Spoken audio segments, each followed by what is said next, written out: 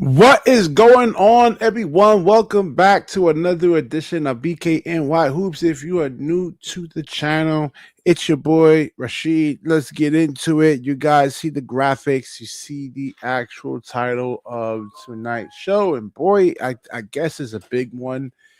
Sean Marks addresses the Michael Porter Jr. contract extension talks and other contract decisions. Let's jump right into it. I don't know. I'm kind of torn between this, is because I guess the numbers he actually put up, I think it was about 24.3 points a game on decent efficiency. I mean, but like he, the actual, did it translate into any type of W's? Well, Daniel, what's going on? Jonathan was good. He says the only contract extension Michael Porter should be. Yeah, I think that sounds right, about right there. 3 year, $105 million extension at $35 million salary. If he wants anything more, he should get his podcast equipment and get traded. Yeah, I definitely agree with that, man. Oh yeah. My boy Marco over here, man. Yeah. What's going on, man? Yeah, him and I, we actually hoop together, man. The only way Marco can actually beat me right now is because he can shoot the basketball, man, and I'm still somewhat out of shape to get out there and somewhat challenge him, man. But it's actually he only won by a point though, man. So I missed shots that I'm supposed to make, Marco. So listen, I'm getting in shape though, man. Like when I get down to 230, I'm at 270 now, but when I get down to 230 pounds, you're definitely not going to win though, man. um all right, so let's get into the actual article, because like Sean Marks actually talks about other players too in terms of contract extensions. I think they get into Noah Clowney, and he says something crazy over here that you guys will not absolutely believe about Noah Clowney. Let me share the screen. And we'll go to Windows, and let's see over here. So he talks about. Where should we start? Let's get this out of the way. Let's get you out of there. All right, so it talks about general manager Sean Marks and head coach Jody Fernandez shit. Oh, you know what? Let's actually jump right into the actual video of that, rather than you guys really kind of hearing me talk about it though.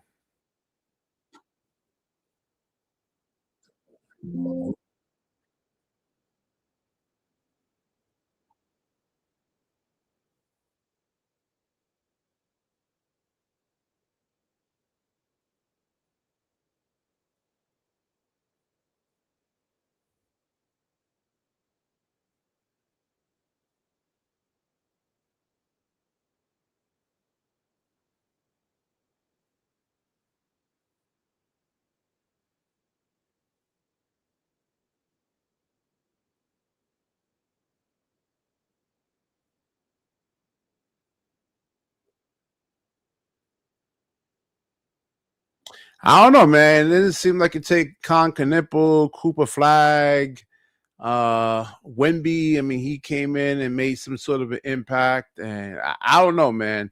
Cade Cunningham. I mean, these rookies, like they look like they don't belong, man.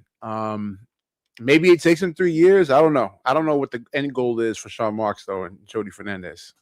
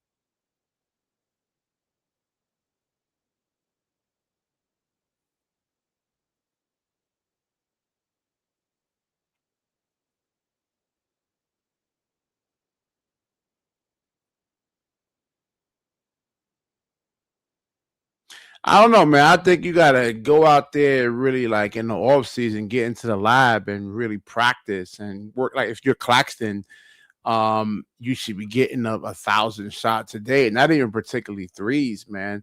I mean, just by the mere threat of him being a decent 19-foot jump shooter would actually make the defense somewhat play up on him instead of dropping. I didn't really listen to all this. I gotta listen to this later. And that's my fault for lack of preparation because I forgot even all about this, man. I could have like kind of dived into this more. But let me see. It says I can actually read faster than what they're actually talking though.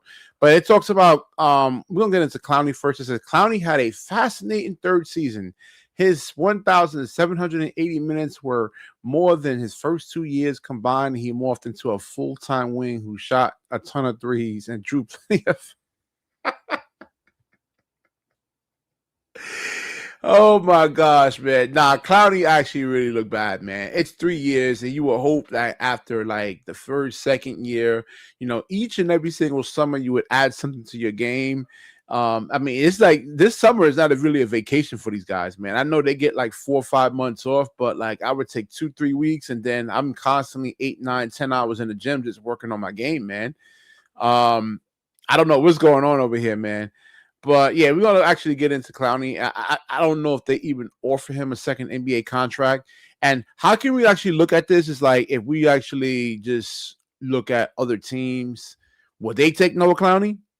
And I think the Nets got a whole bunch of draft picks coming up, man. So someone has to go, man. They got to draft someone, and whoever's on this roster actually has to go. So let's get into Michael Porter Jr. over here, man.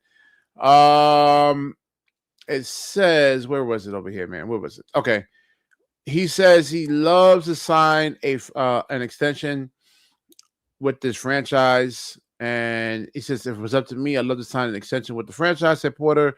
I feel like we mesh. We have great vibes, great energy in the locker room. I think it's just looking at it where, I mean, the type of money he actually really wants, I believe, was like 150 something $1 million, 155. I don't know if another team is really going to give that to him, man. It was like the Cam Thomas situation, and he was saying, "Oh, Milwaukee really wanted me," and look where I don't know, man. But he says, "I like to spend many years in Brooklyn, make this my home, and build and watch this franchise take off because we saw the glimpses of it this year." And now this is an outright lie over here, man, because you actually look at the actual roster over here, man. There's so many holes in all the players, man. It's not like it's just one or two things. If we look at Paolo Banchero, if he can actually just shoot like 38, 40 something percent from the three, it's like one or two things. And Victor Wembanyama, it was one or two things. Who else can I really think of, man? Who else? Like Ant-Man. It was like maybe Cade Cunningham, like in terms of like not holding the ball too long and passing it out of double teams. So I mean, but there's so many holes in this game, and Jody Fernandez is right to a degree. You actually, in order for you to get better, you actually need the basketball, man. But you have like five guys, or five rookies, I should say, who kind of really like needs the ball to be somewhat effective. They can't play off the basketball because they really can't shoot, man. And so, I mean, I don't know how you guys feel about. Oh, yo, Shalom, what's good? What's good, man? Um, he says Noah Clowney admitted he had a disappointing season. He's a bench piece, especially if we get Boozer or Caleb Wilson. Well, him and Caleb Wilson are pretty essentially the same player, man. Now, at a college level, Caleb Wilson is definitely better than a Noah Clowney for sure. But like, if you're talking about like Caleb Wilson playing a power forward or a center at 215 pounds. Well, listen, man, I have some beachfront property in Arizona. I would love to sell you, man. With papers too, man. All right, so let's look at what Michael Porter actually ranks in terms of like the top small forwards in the NBA, and does he really kind of justify like the money that he's actually looking for? Because like a couple of things that stands out with Michael Porter Jr. is in terms of his like defense, not the greatest defender right there, not the most explosive athlete. And they got like, let's say we'll start from the actual top. They got then these are the top small forwards for 25 and 26. So they got Jonathan Kuminga there. I don't know. He's not even really proven yet, man. Steve Kerr really kind of like messed him up somewhat, man. We'll see. And then you got RJ Barrett, and I think RJ Barrett does play defense, man. So Andrew Wiggins in Miami and Brandon Miller of Charlotte. Cooper Flag. Wait. They got Michael Porter Jr. ahead of Cooper Flag. Wow, that's nasty work right there, man. That is nasty work. Cooper Flag.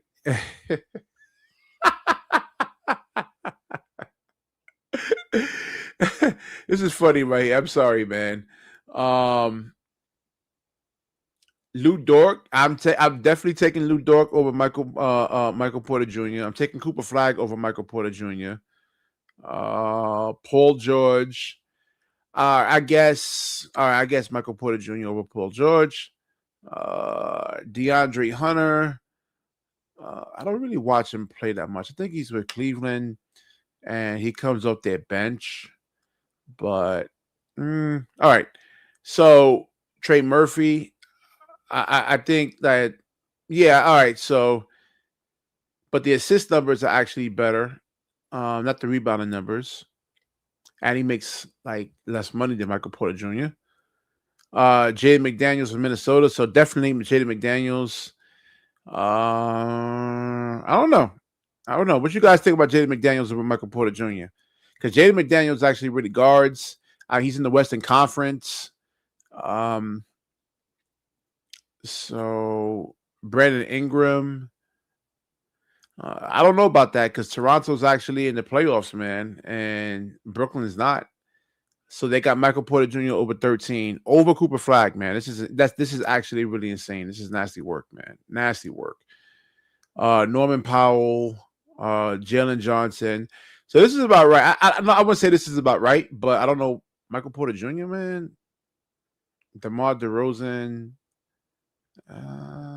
Jimmy Butler. So it all really depends, though, man. OG Anunoby. I mean, I think if you put Michael Porter Jr. on the Knicks right now, you sacrifice some defense, but Mikal Bridges? No, hell no.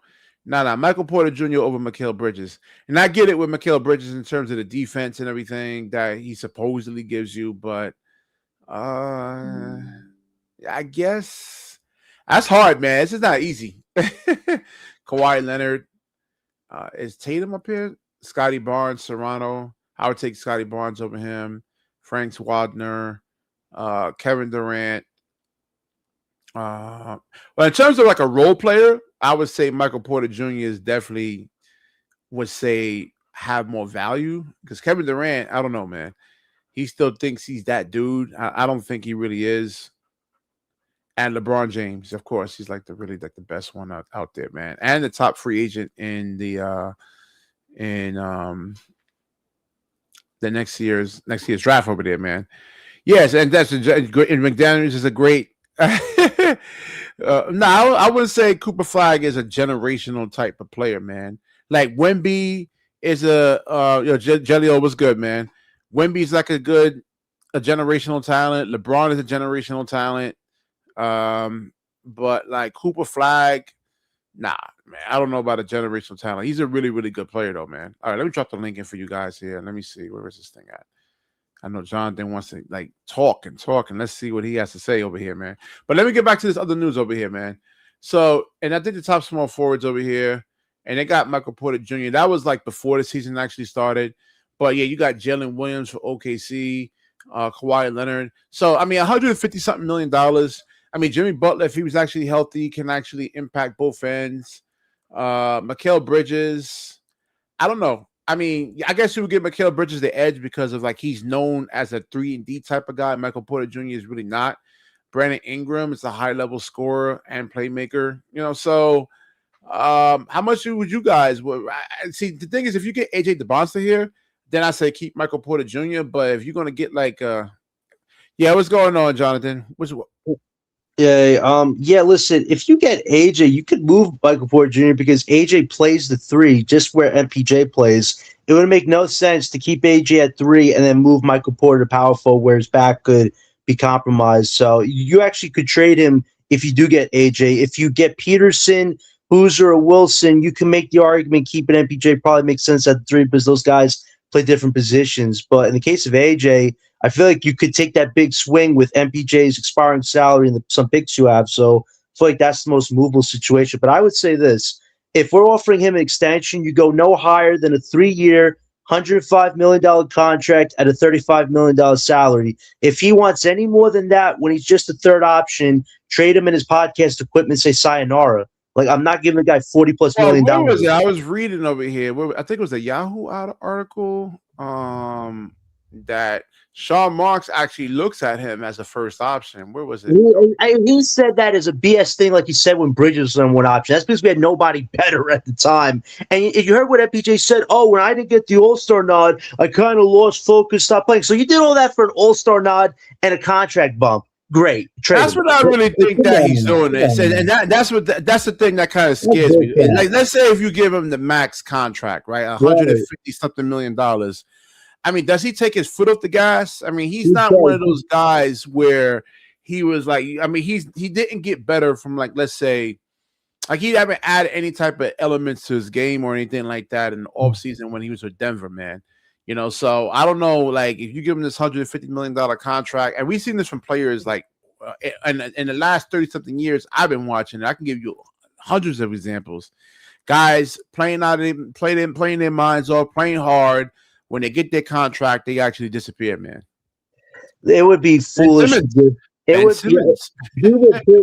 pull a Ben Simmons 2.0. If he got that big 4-year extension, 3rd year, I guarantee you, says, my back, and then it's a buyout retirement. This guy said he wanted to retire potentially before the first game he played in Brooklyn. Like, this dude's mindset was cracking at the seams before he stepped foot in a Brooklyn jersey. Like, if he wants to be a third option on his team at a discount, we can work something out. But if he wants $40-50 million, I strongly encourage this incompetent front office. If you was to take more than that, you trade him.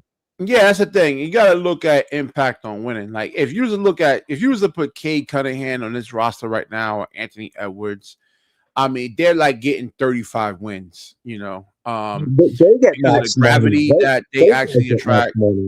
What's that? Those guys get max money because they're number one guys. MPJ was a pretend number one option. The fact Sean Marks actually believes that he played like what is delusional at best, considering that month of December, we played 9 times that month. Nobody else had our limited hold on, wait. He did dunk on Wemby right here. Oh, stop with the dunk on Wemby. Do not say that's like some crazy thing. See, you need to see more of this, man. I mean, you just happen. He's got 3 back surgeries. I'm surprised he dunked at all this year, and I strongly advise him not to do that with a compromised back. You're just asking for your disc to pop off, trying to dunk on 7-footers. Come on. I mean, he did do it though, man. It shows that his back is he has confidence in it, and this is not really a dunk on Wemby. This is like a blow-by right now. His best attributes are catch and shoot, rebounding. That's pretty much all you need for his third option. Right, like, that's all you need him as a third option. He can't do all these other things, the dunking, the layups, the mid-ranges. That's not his bread and butter. It's being a good catch and shoot guy. So at a discount, I would only offer a $35 million salary at $105 million for 3 years. Here's what Sean Marks says over here. He says, you look at his usage, it's the highest he's ever been. I don't think anybody questioned whether he could shoot, but I think he could be a number one option. And I think for us, he's the number one option. I just enjoyed the person. I enjoyed being around him. I think he's a fun-loving guy. He's curious. And I think Sean Marks might pay him the $151 million, man. If Sean Marks pays him, he should leave Brooklyn, leave the country, leave the state, get out of sports in general. That would be the most delusional contract to ever give somebody that's not a number 1 or 2 guy. At the end of the day, even if you somehow miss out on this draft, I still wouldn't pay this guy the extension. Even if we have to start winning, I would trade him for another bad contract that's close to expiring and get some assets if I can. I do not want to pay this guy, handicap myself financially, and we're where the Kings and Bulls have been the last 2 years, a middling team that's getting nowhere anytime soon. You don't want to do that if you're trying to do this with some young guys and some vets. You don't need to you don't need to destroy your cap flexibility on a guy that's not a number 1 option. It would be a delusional thing to do. It really would. Player one says you're wrong about 99% of things, or he's right on flag. He's generational. I definitely disagree I with know that. I'm a wrong player one, but I'm glad you actually gave me some credit for once. But I don't listen, think he's a generational talent. He's a good player, though, man. yeah, in the case that we do go after, let's say, Apollo, Mitchell, Giannis, you can make the argument keeping MPJ as a third option works. Otherwise, if you're not going after any big stars, don't handicap yourself giving this guy $50 million. It's just ludicrous, and you'd be a laughing stock again. So he'd have to Well, see, he'd have to take a discount. He would have to be willing to take a discount for us at the point. He says, "How are you talking about How are you talking about the Brooklyn Nets? You need a backup team to talk about." Yeah, we're gonna get into the Knicks though. Like when the playoffs begin, we're gonna do a lot of Knicks stuff. We're gonna cover the games and everything. Stop it. I am not going So listen, man, ain't nothing to really talk about with the Nets, man. That's the Knicks are right now in play. You certainly right about the Nets. Future plans, goals. The Knicks, it's a championship or bust. They lose this, that whole team's getting destroyed to the molecule. Well, actually, no. You know what? I do got a lot of stuff to talk about with the Nets, man. Because, like I said, I mean, how many games they won, though, John? They won 20 games. We were purposely trying not to win these last 2 years. And stop. Listen, let's stop with this tank bullshit, please. The team, they're not good, man. Listen. You know what tanking is? It's like Washington sitting. Hold on. Why did we get our top picks back, BK? To just do this? Come on. Yeah, it was a mistake. I thought it was a wrong move. They should have traded the picks. BK, for what? For who? We had nothing to work with. Listen to what I'm trying to tell you, man. A tanking is like OKC, right? Sitting down all their players and then playing the bench. So you sitting down Shea, what's his name? Jalen Williams. I mean, sitting all their 5 starters and then say, hey, we're purposely not going to win games. All right. This team, their starting 5 is just not on that level. It's not a good roster. We purposely lost because we had something badly assembled. No, purposely losing is saying that you have a winning team. You got teams that like players that could potentially make an all-star team and saying we're not going to sit those guys. We're not going to play those guys. We're going to sit them all. These guys are ass, Jonathan. Like Cooper.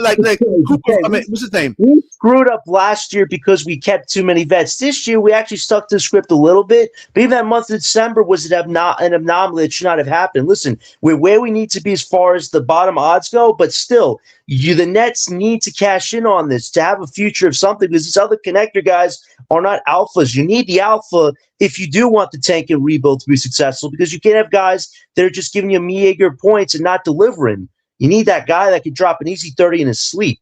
That's what you saw me do countless videos on Noah Clowney and all the players pretty much, and Nick Claxton. Those guys aren't like really, really high level guys, man. To say that, oh, we're tanking, to me would say that like Noah Clowney and Nick Claxton are all-star caliber players, and you sit those guys down, right? No, that's what I'm saying. Because like the team to me is not good. The team, like the Wizards are tanking. Like they're not playing AD. If AD's healthy and able to play, and saying like, oh, well, he's not going to play, and AD does play and he's healthy. I mean, that changes the Wizards somewhat, man. They're not a laughing stock. The Wizards are going to be the best playing team in NBA history. 10th playing team in NBA history. I guarantee that team is not going to jump anywhere fast. AD's talking about them winning a championship next year. I can't with that. I'm going to talk about that another time. As far as we go, we need to get that franchise guy. At the end of the day, this current roster is bad. The young guys are connectors, but none of them have that alpha DNA in their system. You need that type of guy if you want these 2 years to mean something. At the end of the day, Sean and Joe put us in a situation. Now they have to get us out of it, and they should be fired and have new personnel do it because if they can't figure this out this summer, it's going to be very tough to have something very competitive because their goal is they want this team to be a top 10 team in the East. With this roster right now, I know Clowney, BK, we saw how he did this year. A lot of ups and downs, major downs. He had a chance to hold down a power forward job. He failed at it, and he's a bench piece right now. The contract extension is nothing to fret about. Either he takes what they give him or he's a trade chip. It's simple as that. And Nick Claxton, I mean, I don't think anybody's gonna want Noah Clowney, man. I was trying to figure out a team that Noah Clowney can go to where he can add value. They're gonna package. If we make a big star move, I guarantee Noah Clowney is a part of the trade package because they're not going to want to pay him. So he'll be a part of some. Yeah, the thing is, it's the same thing with the Cam Thomas situation. You were saying the same thing last year. They can just trade Cam Thomas, and I told you before, nobody is going to want to trade for him. Well, no, the only thing Noah Clowney is going for himself is he knocks down threes and he can dunk once in a while. Cam Thomas He's not a good 3-point shooter. He shot 32%. That's way below NBA average. He shoots more threes than he does anything else, so he has something. It's not that good, but it's something. Yeah, I mean, he can't really finish at the rim. He's not good at making the right reads. Yeah, now, getting back to Michael, hold on. Nebula is saying over here, I don't owe the Nets anything. Yeah, I don't want to talk about too many teams, and then I get a subscriber base for this team. I get a subscriber base for that team. I don't know, man. This is a side hustle for me. This is not like a full-time thing for me, man. It creates way more work, man, trying to prepare, and it's a lot of work doing this channel, man. It's not easy. It's not just get a camera and just start talking. It's a lot of work. This is a Brooklyn Nets channel. If you don't want to watch this, go to a different podcast that talks about the Knicks, who are probably going to not win this year. Like, at the end of the day, this is all about Brooklyn sports. At the end of the day, the Brooklyn Nets. I started this channel about talking about both teams. No, Lakey was good, man. I started this channel about talking about both teams. So the BK is for Brooklyn, the NY is an acronym for the actual Knicks, pretty much. But again, it's a lot of work, man. It's a lot of work. Stick to the Nets and forget about the Knicks. That team's going to break things up very soon. The Nets are going to make some big move. I don't know what it is, but big move you're talking about, Jonathan? How? With what? With what? They keep talking about expediting the process and fast this up. Leave it up to them. I'm actually going to leave it up to them. Let's look at that, because the best free agents available right now, is LeBron James. Trae Young. We don't really want him. He can stay in Washington. Zach LaVine. I mean, it's a boost. It helps someone if he's motivated. That is a waste of a contract and waste of time. Middleton. I mean, I like it. They can get Porzingis, and if he's healthy, he wants to stay with Golden State. He wants to stay with the Warriors, so that's a no. Hartenstein, yes on Hartenstein. Checks a lot of boxes. Like I told you the last live stream, man. These guys, these teams aren't trying to get these guys up that easily, man. They might not have a choice. The OKC is going to be very expensive soon, paying Shea $80 million. Hartenstein's making 29, I think, next year. That's going to be a financial decision, if anything. Now, Austin Reeves is a free agent. Stay away from them, please. I'm going to try to get my boy the locker room on as a guest of the show, because he covers the Lakers. And he can tell us whether Austin Reeves would definitely be advantageous for the Reeves is not that guy, man. Even being a second, third option to stretch at this point, defensively with Cohen, and right now, where is he injured? I don't see that guy and him and Luka winning a title anytime soon. If he had LeBron, man, you crazy. You hear what Johan Buha actually said about him, man? He's the next great white hope, man. Stop it. Cooper Flag could be that, not Austin Reeves. You have to play some defense to be considered that type of dude. And Reeves is just a good shooter. And it's story. And listen. And I would not give that guy any type of big money deal. At the end of the day, you have 41 LeBron cherry team right now. Reeves, this was supposed to be Reeves' time to step up to the plate, and he's hurt. So I don't see him as that type of. Now listen, injuries can happen to any single player in basketball, man. I mean, any player. Any player. I mean, AJ DeBonsta can come to this team. You saw Ben Simmons, right? That wasn't he injured his first year? He missed the whole year. So Ben Simmons didn't want to play offense when he first arrived on the court. The coach had to tell him, you don't have to play offense. Like these guys know how to play offense. AJ and some of these other guys. They have to be told. Yeah, but you have to put like good pieces around these guys, man. Again, this is a crucial summer because I've still the biggest summer of the Nets history. This is a huge summer where we have to make the right decisions with the draft, with free agency, with the trade market. And Sean said we're opportunistic. So whatever opportunity you see out there, hopefully somebody actually will help elevate this team because that person has to elevate this team. Now, hold on 1 second. Yeah, Nebula, I am a serious YouTuber. I was the only one that predicted Cam Thomas would be in China. I predicted the Nick Claxton thing, and Nebula, do you know the Brooklyn Nets are one of the top media teams in the whole NBA? Come on. Stop it. Yeah, I mean, And I've been a Brooklyn Nets fan since 1994, man. So never you gotta understand. My heart is with the team, but like when it comes to the NBA, yeah, it's not about the teams really. It's really all about the players, man. But I remember the Nets, man. You look at Lecky, I do the research. I saw Sean Marks interviews. You could just tell it's very easy to read somebody like Sean Marks who says very little, does either too much or too little. So I read the words very well. He's either going to do something very crazy the next 18 months, whether it's Giannis, Paulo, Mitchell. We'll all be around for the ride and see if it fails or somehow doesn't. But, getting a top pick in this draft will come a long way towards at least giving the Nets some future to work with as opposed to going for it in one fell swoop. So we will see what happens the next 18 months. I mean, Nick Richards. I mean, he destroyed Nick Claxton. So yeah, you know what? The Nets do need a big. I mean, and Jalen Duren is desperately need a big. Oh, what it is. Jalen Duren is actually interesting because I don't know if Detroit can really afford him at the money that he actually wants. So if Brooklyn actually matches, so if I'm looking at two bigs you want to get on this team, if you're trying to speed up the window, one is Hartenstein, the other is Bam Adebayo, man. Miami's going nowhere with him right now. He needs to request a trade. They just BK. They just lost to a team with zero playoff experience, and Miami had over 278 games of playoff experience. Bam should ask out. That team has hit their wall. They just have better talent, man. I mean, talent's going to really win it, especially if the talent all knows how to it wants to buy in and sacrifice, and they understand their roles, and nobody's trying to be like. They have let's say one guy is to go out there and space the floor out, and but yeah, I saw that they didn't lose by much. They only lost by a couple of points though. Nah, listen, Hornets are a very fun team. They have a future. I call this day a little three right now with LaMelo, Miller, and Con, who had a bad game tonight. I call them the killer three. That team has a future. Just I think it shows you if you could get the right young pieces, they gel together. Sometimes player experience don't matter. It matters if you want to win that game very badly and you show up or show out. So they definitely earned that win tonight. But for Miami, they're a team that's been in the middle so long. And a guy like Bam has said, I don't want to be a playing team for the rest of my life. So there are definitely going to be some big pieces on the move or even those B pieces like a Bam. So for the Nets, you have options. It's just you got to choose the right. Yeah, I mean, Bam is an upgrade. Oh, big upgrade. I mean, I would see what the pretending to Michael Porter Jr.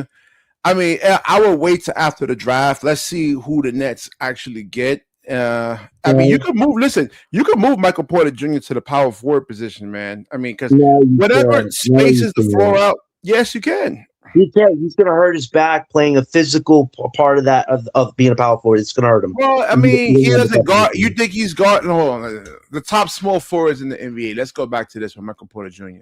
And then we'll get back into the Nets 2026 free agents. Okay, we need a power forward that can handle the physical matchups against some of the best in the NBA. MPJ is not that type of dude. He's a catch and shoot small forward, which is good for him at this stage of his career. But put him power forward, you're just asking him to get injured somehow, and that's not what we should do. Well, I mean, he can get injured now, man. I mean, like I said, injuries, you never know when it comes to them, man. You can get injured just practicing.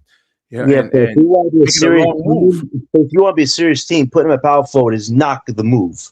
You want to be a serious team next year. No. I mean, it makes like I said, a lot of those big 250-pound, 260-pound guys do not want to play on the perimeter, man.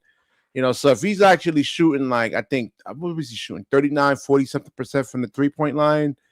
I mean, either those guys actually have to go out there and guard him and run him off the 3-point line, or the other team will have to make adjustments and go smaller so you can get someone like with Michael Porter Jr.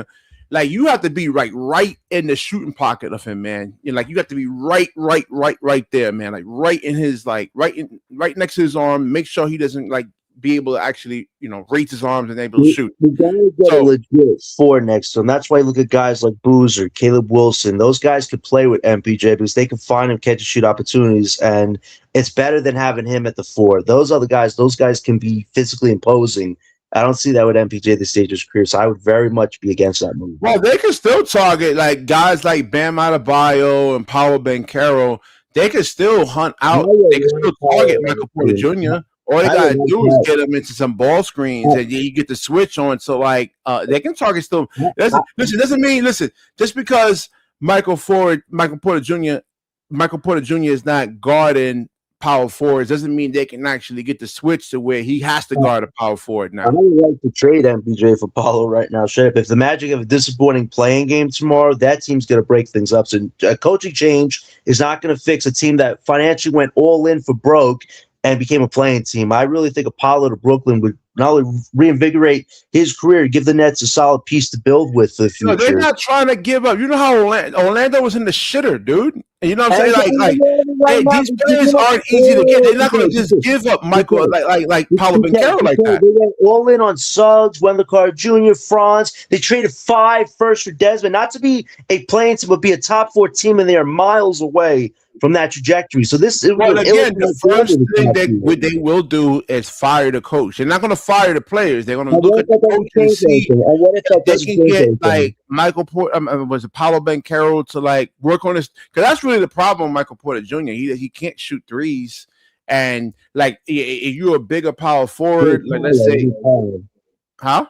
I mean, Paulo can't shoot threes like that. No, that's what I said. Yeah, Paulo Banchero can't shoot. He only shoots three. He's still got solid numbers. You know, his assist numbers or rebounding numbers rose a lot this year. The average point only dropped by 3 points. That's why he's not going to take a pay cut. I don't see it, man. If he asks for any more, send his podcast equipment anywhere else in the NBA. I'm not paying attention. That's why he wants to stay, because Sean Marks is actually really probably dumb enough to really give him a pay cut. That's why he knows that. Because like what else the Nets really have, man? I mean, there's no other. The Nets don't really have any other like elite 3-point shooters. And if you get AJ DeBonsta on this roster, right, and you have no 3-point shooting, man, it's gonna get ugly. BK, Sean Marks has been very bad with the money he's giving out to some players. He'd probably give his wallet to a hobo right now if he could, because he doesn't know how to handle that situation. We need a new GM, honestly, that understands the financial flexibility of how to utilize it properly. You don't just pay players that aren't that good high contracts because you want to reward them. That is not how you build a good team. MPJ is essentially a trade chip until he actually is extended. And for the Nets, if you do get AJ, there's no reason to keep MPJ long term. You have your small forward of the future that is a star in the making. Yeah. But you gotta put spacing around him, man. I mean, right now he's not Jaylen Brown like that. He's not like put together like Jaylen Brown, where he can just power his way, explode through contact, and finish over certain type of players, man. Like AJ has to get stronger. He's only 210 pounds.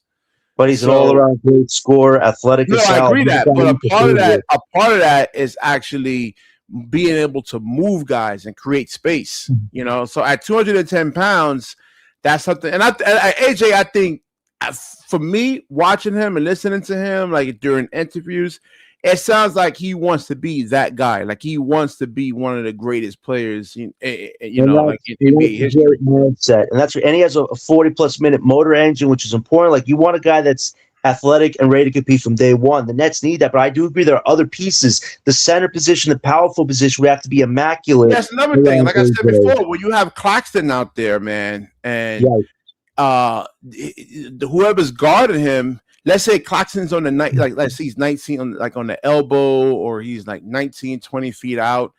I'm just gonna drop back. So let's say if you do get an AJ, he drives to the rim.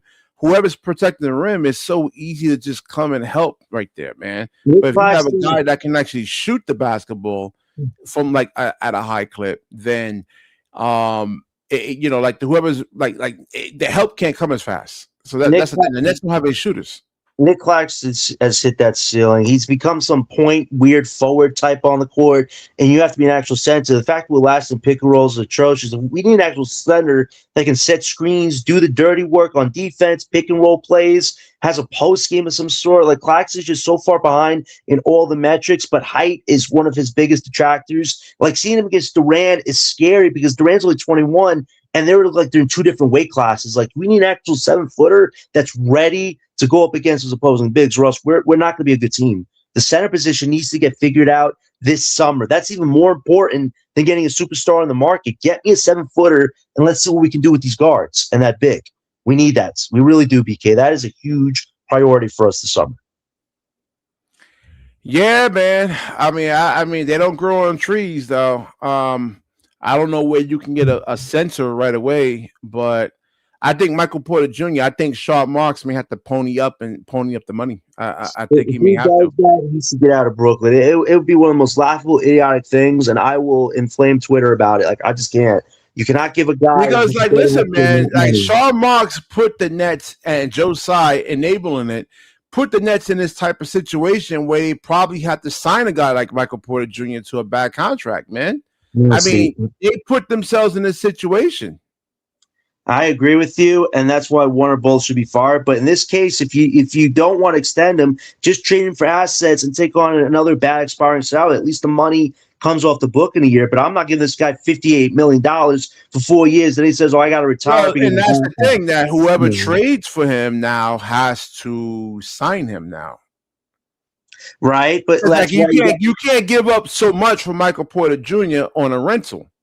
right, but you also got to look at teams who have players that do match the salary. There are a few teams that probably we shouldn't want to do business with, but at the end of the day, if we can move his contract, get some assets, that's your next best thing than giving this guy money that is not going to help the team get better. You gotta find a team that's just like that. They're just missing that one piece. Let's say San Antonio actually gets to the Western Conference Finals and they lose by not that like they go 7 games with the Thunder, and Michael Porter Jr.'s floors like let's say his shooting would have helped. Like someone that can actually shoot 40% from three is really valuable. And again, it's just so critical in basketball. And if you had that one 3-point shooter, you probably could have won that series. Yeah. Now you get a guy like Michael Porter Jr. in there. Now, what would San Antonio will be willing to give up, man? Maybe they will be willing to give up Dylan Harper if they're saying, hey, we're ready to win right now, not in the future, right here, right now. They would probably want from us MPJ, the Knicks 2029, and Nuggets 2032, which I would do for Dylan Harper. But if it's any more than that, my next best thing would be if you have 2 young players you don't need and you have some picks you're willing to give up, I'll give you MPJ. That would be the next big thing. If you can't get Harper, still you can trade with him, get some young players to add to this core, and still get capital on top of it. That is an option for the Nets. But if you want to go after Dylan Harper, it's either MPJ and 2 valuable firsts, or I'm not giving up like 4 to 5 firsts. Well, because we know it. I mean, yeah, I don't because the picks you don't know what they're going to be like in the future. We know what Dylan Harper is right here, right now. So yeah, I mean, like Dylan Harper is definitely more valuable than those picks, though, because you already know what you actually get. Harper's very valuable, but I'm not giving up 5 or 6 first. Like 2 very valuable ones and MPJ, we can do some. That's what I'm saying. If San Antonio goes like 6 or 7 games in the Western Conference Finals, they may be looking to actually get a Michael Porter Jr. You know, so they say, hey, we're ready to win now. And of course, we see the NBA is actually propping up Wemby. They want him somewhat to be like the face of the league. So they may pull off a trade for like Michael Porter. But other than that, like other teams, if they're not ready to win a championship, there's no reason to get like Michael Porter Jr. because it's like it's going to be on a rental. You're not sure if he's going to really want to commit. Yeah. But Spurs are definitely a team to look out for. Even Philly, I know they have George's atrocious last 2 years, but they're in a financial no man's hell right now. They still have Maxey and Edgecombe, but there's no way they could get off of that money unless they exchange it for a similar bad contract. Now, if they're willing to attach, let's say, the valuable Clippers 2028, the Rockets. Philadelphia is not serious because, like, Wemby, Paul George is like those guys are like iffy, man. No, I you never know what those guys. That is a scenario if we just want to get off MPJ and collect some assets. Paul George's contract sucks, but we could flip that in a year for another upgrade because we have all these picks we accumulated. So that's just a worst case scenario option. I like the Spurs one much better because we can still come away with something by giving up MPJ and collecting some assets. I'm only willing to extend this guy if you do get the star in this draft and you want to go after a counter star to make this team better, and MPJ's a third option. But other scenarios where I don't see the feasibility in keeping a guy that's a third option who has 3 back surgeries. I don't see the point of overpaying him. It would just be a ludicrous thing for us to do at this point. Well, like I said, the Nets put themselves in this, and it reminds me of the Knicks back then. Like the owner was so bad, and they had to take like a broken down Amari Stoudemire, settle for like a Carmelo Anthony, man. I mean, that's the problem, man. When you're a really, really bad team, like you look at the Wizards right now, man, they had to settle for like a Trae Young, who's not like if you look at him and today's NBA, I mean, he's really more like a G League type player when you look at the taller point guards and But because you're not going to win with Trey Young, man. I mean, it's just it's they'll just keep targeting him, and. But I mean, he probably could get you through a regular season, though. But like Yeah, I said, but when you're a bad organization, this is what happens. You got to pay we, for guys like overpay for guys like Michael Porter Jr. we already saw what an MPJ system looks like. It's boring, repetitive. They ran the offense through him because he wants a stat pad, get an all-star nod, and a contract bump, and then he said his game fell off. Like, if that's the mindset a guy like him has, it's not worth it. We already had to reprimand this guy for his podcast antics. Now I got to see his only motives are his own reasons. Yeah, For that's what I was saying. I was saying this. this the whole year that Michael Porter Jr. is playing contract basketball. He's not playing team basketball Well, when he because says he doesn't something look. like that, yeah, he is. So you were right about that because he said it in his interview. Like, come Yeah. on. Did you I've been saying it all year. I said he's playing contract. The same thing with Cam Thomas. I mean, if I'm a GM and I watch that, his extension just got cut in half. Literally, he got a quarter of half saying that crap. Like, you cannot say like a guy like Michael Porter Jr., you can't lose him for nothing, man. I mean, he's not like Cam Thomas or something like that. Where, I mean, he does. Michael Porter Jr. does have value, you know. And he should be wanting to win a championship, man. Like, why would you want to stay with the Brooklyn Nets? Though I don't get that because he's really more about the money. I legitimately think you could probably get two young pieces that have two salaries that combine to meet his 40 mil, and you could get 1 to 2 first round picks. I mean, that's a decent little haul, allows you to keep moving forward. But I don't want to overpay a guy if I don't have my top options. So I just think for the Nets, really think about this because this guy literally said, "I only want to be here because of my all-star stat numbers and all that." Like, I don't like that. If you don't get it, and then your numbers just start dropping, it means you actually don't want to. Yeah, I mean, I tell you, Jonathan, you guys act like I don't know what I'm talking about. I do know what I'm talking about, man. I've seen this before. This one time, yes. You might one time, I was right about Cam Thomas. Cam Thomas, shit. Everybody knew this guy was. You and I. Nah, man, stop that, Jonathan. Stop. Everybody knew. No, everybody was saying that he's one of the best young scorers in the league. And I didn't say that. I said the guy had a. No, I say you. I'm talking about a high majority of other people out there, content creators, Gilbert Arenas acting shocked, treating his audience like they're stupid or something like that, man. I mean, you know, keep it a buck with them, man. Like, he's not that. Yeah, but let's go for Cam Thomas. It's not a Cam Thomas show. Yeah, listen, the MPJ stuff, when he says stuff like that, you already cut your extension talks in half. And if I'm the Nets, if I get AJ, just trade the guy. We don't need to have an AJ.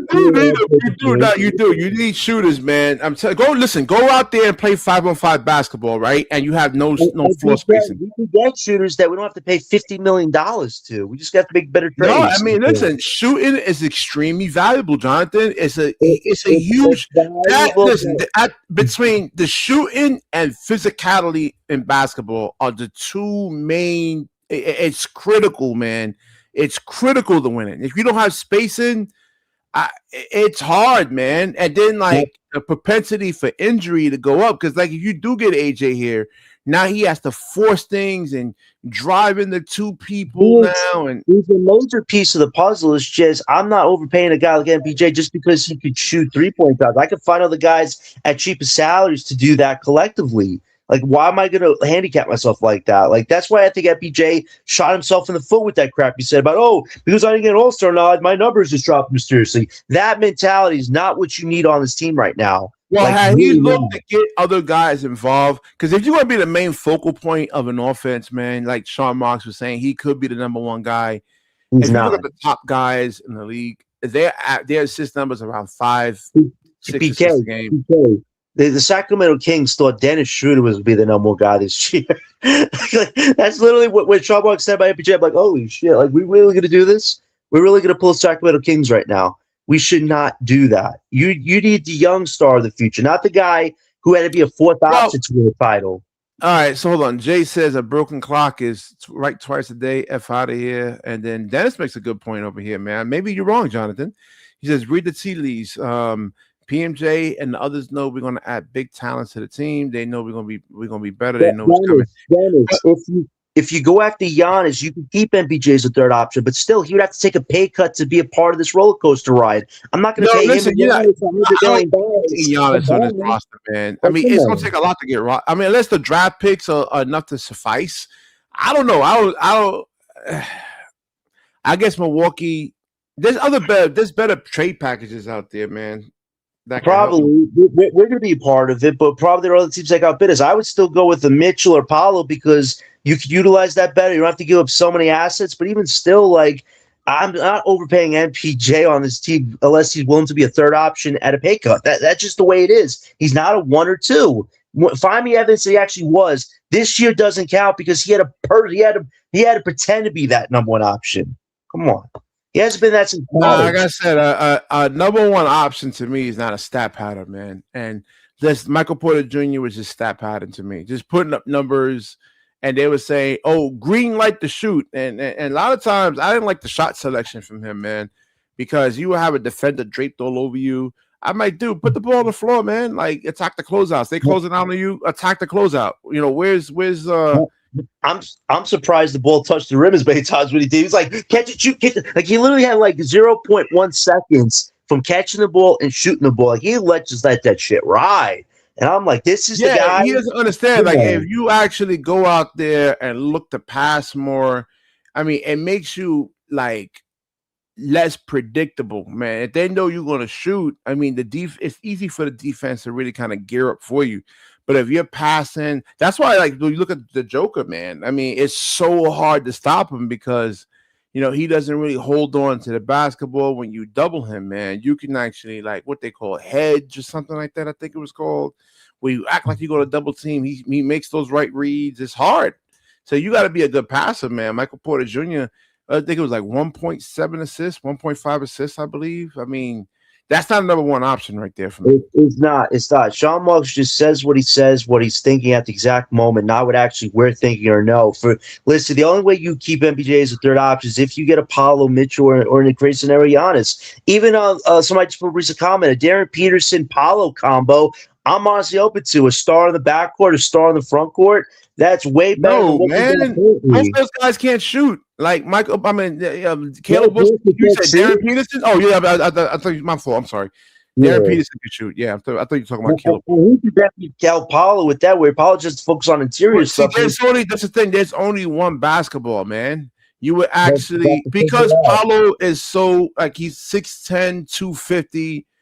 You know, they would want the ball in his hands because of, like, him be able to, like, you know, be able to score efficiently. That's the good thing with Peterson. He can play off ball. He's a great scorer, so that would work in our favor potentially. Yeah. I just would like that because you have a star in the back and the front court, not opposed to just 2 stars in front court, 2 in back. Like you need a balance. That would be balanced. So that's another. Yeah, I mean, the Paulo Banchero thing sounds good. It's just that you gotta, like, who you gonna trade? You know, they're gonna want to haul for him.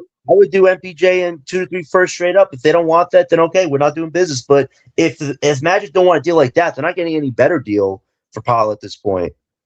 Like we're actually willing to meet them a little bit in the middle here, and they still have a chance to compete because you still have Franz, MPJ, and Desmond Bane. Like that's not exactly the worst trio in the world you could assemble for moving off Apollo.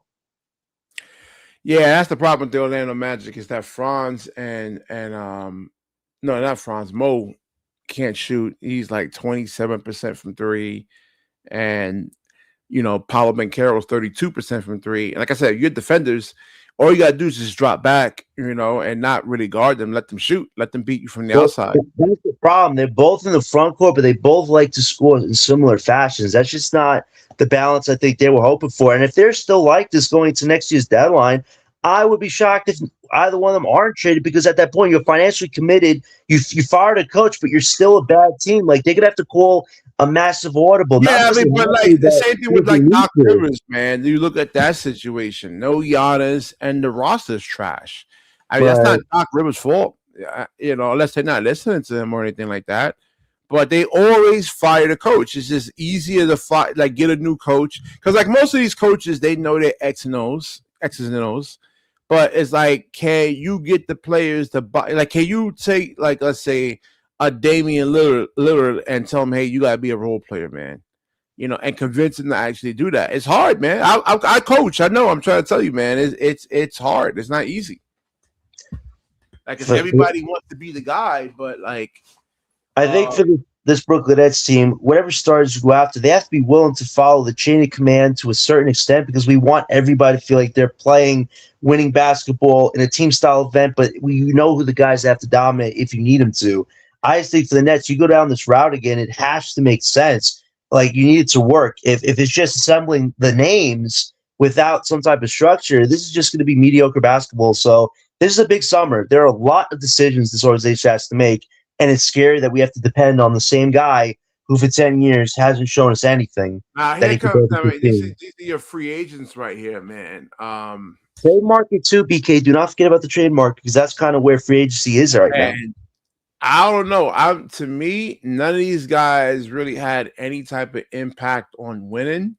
So I would definitely get rid of all of these guys, man. And you got to really kind of start over again. And for one, get some damn shooters. Get some shooters. All right, you got and get somebody that's athletic. You know, if you're gonna get guys that can't shoot, get some hyper athletic guys, man. And then let's see if you can mold those type of guys, man. But you can't give me like a below the rim player and Yegor and Nolan and Ben Sarif, and on top of that, they can't shoot. Like Con Knippel is not like he's not an above the rim athlete, but he could shoot his ass off though. So that's what you got to get. Get some damn shooters, man. The last move still makes no sense, and he says this was part of expediting rebuild. Getting a guy that says he can't dribble off 2 feet is crazy shit. Like, come on, the guy literally said I have to learn to play off 2 feet. This is crazy. Like, you should have got the established guys that actually were ready to play winning basketball. Raynaud, Hugo Gonzalez, hell, Rashid Fleming, who guarded Wemby on a defensive possession. Like,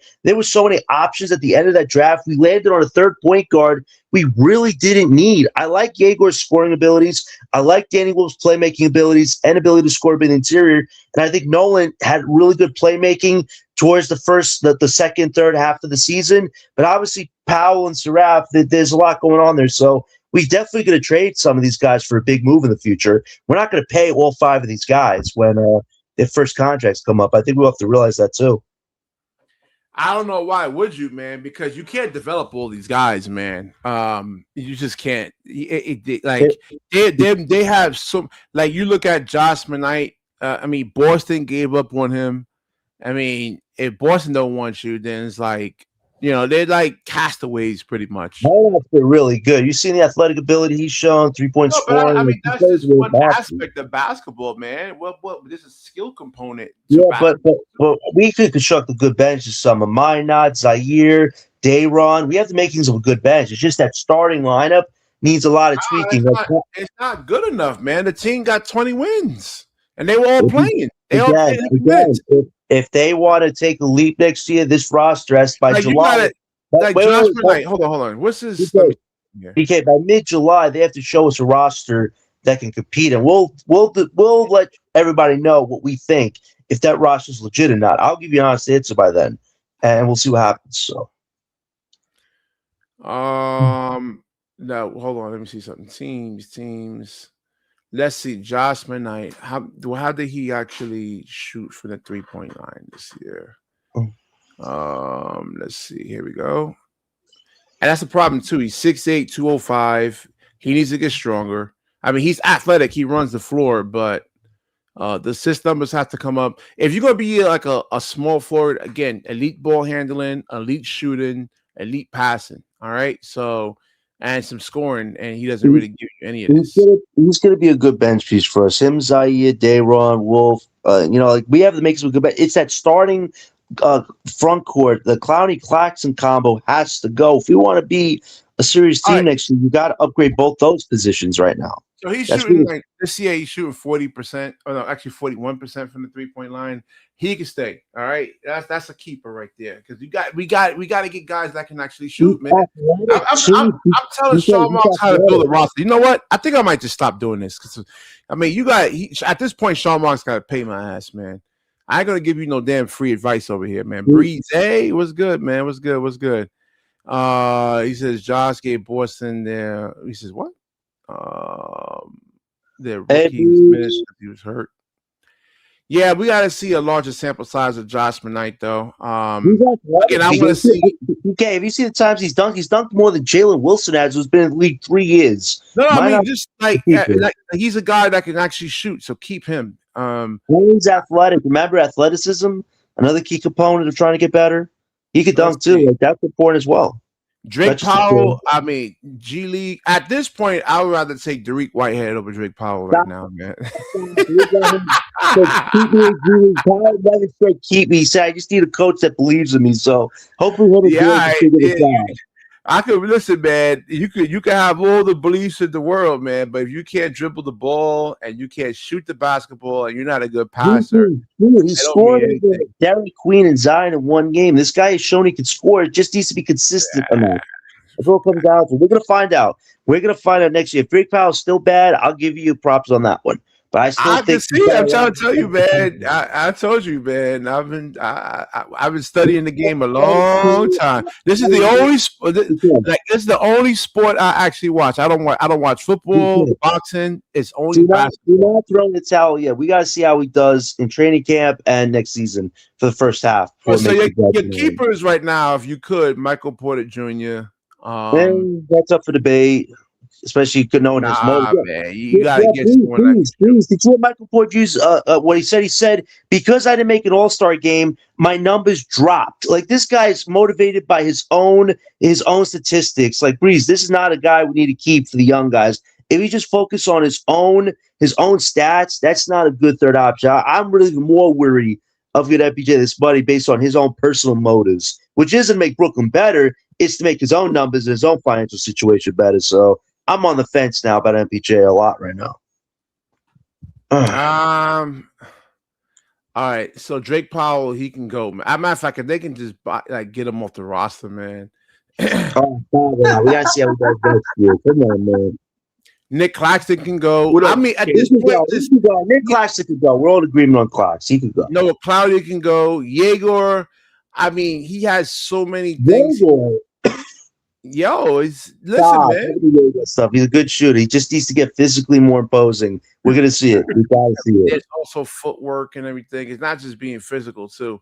And that's gonna take years. You think he's gonna just put on and it's not just 10 pounds of muscle, man. He needs to put on 30 pounds of muscle. Video of him today working out. Like, he's already in the gym after 2 days. He's taking it seriously right now, and he said he was going to take it seriously. So we'll see. He'll come in a lot better shape. And Chauncey Johnson, he said he's going to he's going to hit the weight room. And look, Chauncey Johnson is 6'8", 225 pounds, right?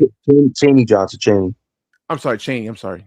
Chaney Johnson. I'm tired right now. I'm really tired. Chaney Johnson. This kid talks about being a defensive player and being a top guy. Like, this guy was a sponge coming out. I'm talking about, right? Hold on. He's 6'8". He's 6'8", 225 pounds, right? And Yegor is 200. And Chauncey Johnson was saying that when he was going up against Jalen Duren was moving him out the way like he was a rag doll. And he's 225 pounds. And he said he needs to get stronger. Now look at Yegor. It's going to take years, man. That's what I'm saying. You're talking about years and years and years. I don't know if I'm willing to wait. If you can get someone better. You said it'd take Cooper 4 years to become an offensive player. Already dropped 50, 40-point games. I cannot buy. I mean, is he better than Kay Cunningham, though? Who? He says the ruler. Yo, tuned into this pod for the most insane takes. We're back in it now. Oh, wait, we're back in. Okay. Yeah. Let me let Harlem go. I haven't seen him in a minute over here, man. The ruler. It was good, Harlem. What up, BK? What up, John? Yo, BK. Hey, yo, first and foremost, BK. Yo, did you see that game tonight, my nigga? I was in the park. I was in the park playing basketball. I was out there hooping, man. Yo, BK, that game, bro. That Heat Hornet game, bro. Listen, bro. I see it went down to the wire, man. It was 126, 127. Yo, bro, listen. Let me just say this, right? DJ gonna have to pull up for this one. I don't have anything no funny shit. BK, let me just say this, bro. The Heat should have won that game. I know people is making excuses that Bam went out because LaMelo hurt him. The Heat should have won that game. Yo, but let me say this, bro. Kobe White, this nigga turned into like the second coming of Steph Curry, bro. I ain't gonna even bullshit you. You saw that The three? Heat, You saw that with bro, 2 seconds on the clock? Wow. that right there, John, that's what saved their ass. If he don't hit that shot, bro, the Heat win. No, very, Then very fair. Did you hear about this, Harlem? Miami had 278 playoff games of experience. Charlotte Hornets' whole roster tonight had 0 experience, no, and they won the but game. listen That's though, something. That's something. Kobe White, he saved their ass. But then it gets better, BK. Well, John seen the game too. Yeah, They I was saw up the by game. like 5 points. All right, so they was up by 5, right, BK? It was 125, 123. Tyler Hero hits a crazy like fadeaway going out of bounds 3, right? He made it 123, 125. Charlotte inbounds the bound, right? Inbounds the ball. They throw like an erratic pass, right? From like half court. The Heat steal the shit, right? Hero get fouled on a 3. Now he's a 92% shooter. You feel me? He hit 3 free throws. They up 126 to 125. Now, why the fuck would Eric Spoelstra put Jaime Hawkins on LaMelo Ball and not Andrew Wiggins? Is insanity, bro. Nasty. Do you see that? Do you see that? Jaime was behind him. Huh? Jaime was behind him on that whole play. I couldn't believe it. Bro, that ain't make. How do you not put your best defender on him, bro? You put Jaime Hawkins. I'm like, oh my, bro. I don't know, my nigga. Like, we gotta investigate Eric Spoelstra for like gambling on that, bro. Leaf and the others were against me, but don't you think it's time for Miami to blow it up and start anew? I mean, they keep talking about getting all these stars, but Bam wants to get out. Anyway. Yo, listen, hold on. We got big fan Breeze up in here, man. Check out my boy's channel and subscribe to his channel. All right. So Breezy, man. Hold on. We're gonna get back to that. Hold on. I want to get. Huh? Last thing, I said this anyway, John. Depending on who loses, they need to start breaking this shit up, bro. Mm-hmm. Like if Philly lose tomorrow or the Magic, they gotta blow. So matter of fact, let me go into that. So Nets press, right? He always be like posting shit about the Nets and shit, right? So he came up with this trade, right? And it was if the Magic lose, right, the Nets would give up 3 first-round picks, like the 27, 28, 29. He had it was Terrence Mann, Nick Claxton, and I think Noah Clowney for Paolo. Yes. Is that an accurate trade in your Yes.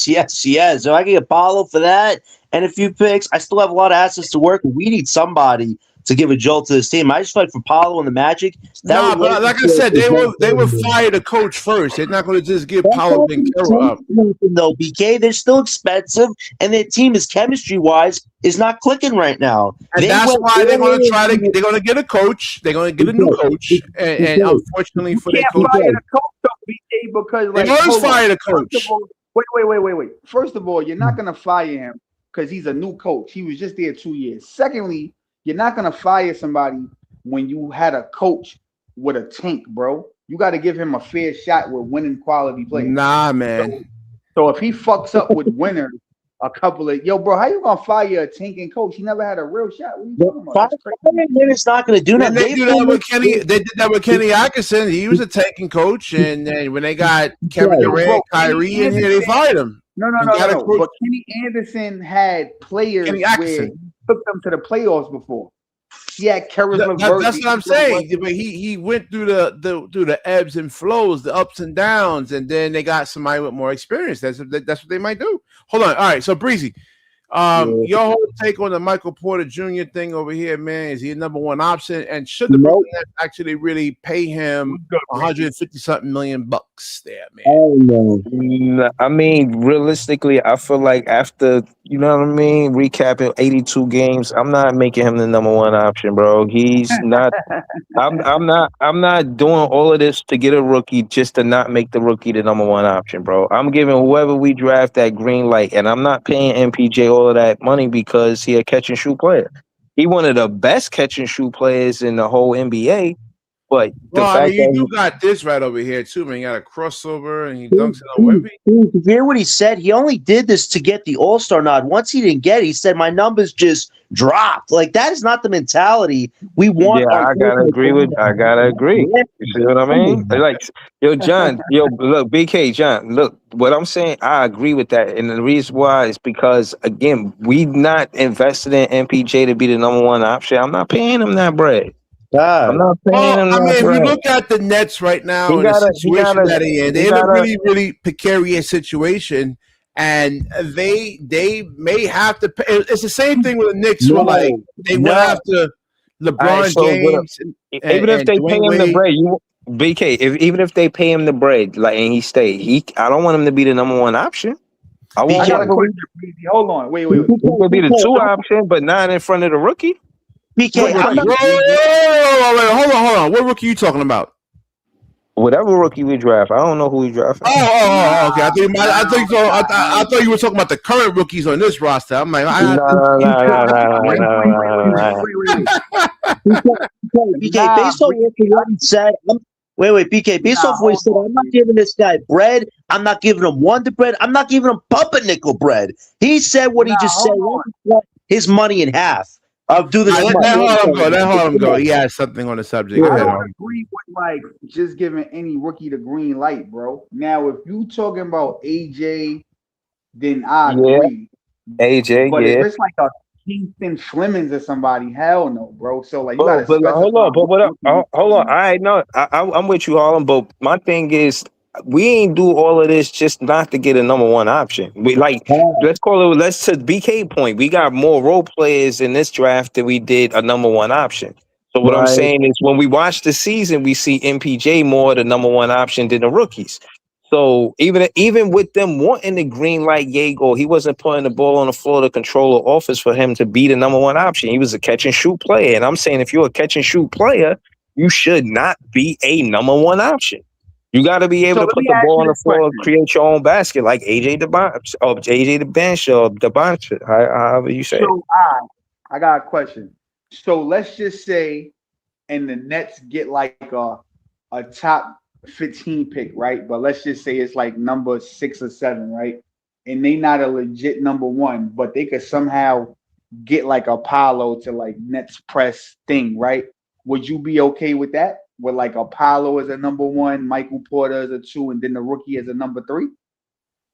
That would be tough if that was the scenario. But to be honest, hold on. Let me trash ass trade though, man. Right, but what I'm saying is, I'm not. I shout the Nets Press. You know, I rock with Nets Press, but because I just like his content, the work he put in. But I don't agree with that shit. I don't think that. I want to invest in the free agent from a different team coming here and being the number 1 option. It didn't give us success with KD, Kyrie, and Harden. Wait, hold on. So you're saying, wait, they're gonna trade bum ass Noah Clowney, Nick Claxton. Where's the NBA stands right now?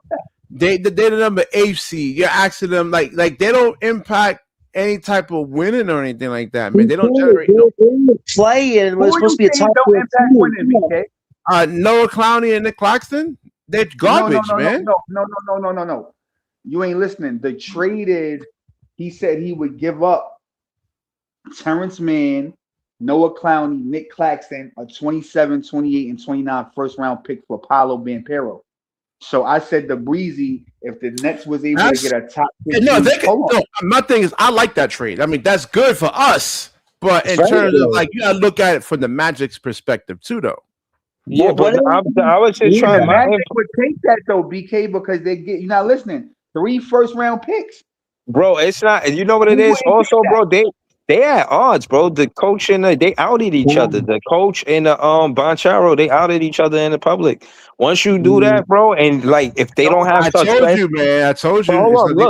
But look, BK, if they don't have success in the playoffs, yeah, that what that press is talking about is real shit. I'm just saying all that to say, I don't want the rookie to be second or third option behind no free agent. Like we didn't win that way before. Let these rookies, let the young. If we a young team, we keep bragging about how we a young We team just and all gotta of this. be honest, though, Like, Breezy, man. bro, Like, I I don't mean, think we listen, getting the a rookies 6-7. got to be But we good got though. Hold on, these hold on, rookies aren't good though.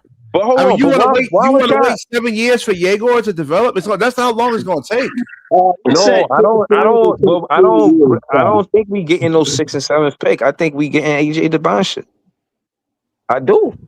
I mean, If there's it's even like I more said to chance. me, if the lottery isn't rigged, right? Let's say and they could rig it, like the NBA's dubbed as entertainment. So if they want to rig it, they could do it, and it's nothing that anyone can actually say because on the actual fine print there, if you look at the little wordings down there, it's entertainment. So they can rig it if they really want to. But let's say if it's Right, not rigged, right. then the the lottery is like a raffle system. If anybody ever played a raffle, you could buy $500 worth of tickets True. and not win, and somebody with 5 tickets can actually win the grand prize, man. That's what right. it's That's a like, fact. bro. It's that random. No, that's No, but right. BK. But what I'm saying is, yeah. Harlem make a point. Of course, Kingston Fleming or somebody like that not going to be the number one pick. But I'm not. I'm not. I mean, that's the 6th or 7th pick, but I'm not putting that energy out there. I feel you. Like you make sense. Like, but at the end of the day, that's not what I want. So I ain't putting it out there. We ain't do all of this. I got a I question. ain't All right, recap cool. 82 games just for us to get the 6th, Bro, 7th pick. it was Hell a no. gamble, and I that's need the why I first, didn't want to second, go the and Hold on. draft All third right, route. pick. Breezy. So I That's got But why one I question didn't for want you, to go the Breezy. draft route. I hold on, mean, BK. All right, BK. Let me say this, bro. In the market of the NBA business wise, far as their formula, their format for making money, it's always more than one good team in a state. It's true with California, it's true with Texas, it's true with Florida, it could be true for New York. Like it's a benefit. It behooves it's good for the Brooklyn Net. I mean, for the NBA to what I'm saying. Have more than one team good in that market. Like have all and I'm only saying that to say the proof is in the pudding. You got Miami, Orlando, and Florida, and so on and so forth. You already know what it is. I don't have to do that. But what I'm saying is the Brooklyn Nets being good, being competitive. Even author book, I just interviewed him the other day. He was talking about how if we did win an NBA championship, we got to go through the Knicks. I don't know what the energy is like with if Houston played the if Houston played the Spurs, but I know what the energy like if the Nets play the Knicks in New York City. It's gonna be fucking huge. And the NBA could use that. They could that shit could help that them. all That could depends on. revitalize some of the, you know what I'm saying, the entertainment. Since you said like it's just entertainment, it could revitalize a lot of that shit. Us being a good team. You know what I'm Shout saying? out Yeah, that depends on the I want- players, man. I I mean, like I want- said, because it's not about NBA is about the players, not about the teams. No, wait. But Breezy makes a lot of valid points. And I talked to Kenny Anderson on X today. Shout out to that guy, a former Jersey man. And he had a good little chat.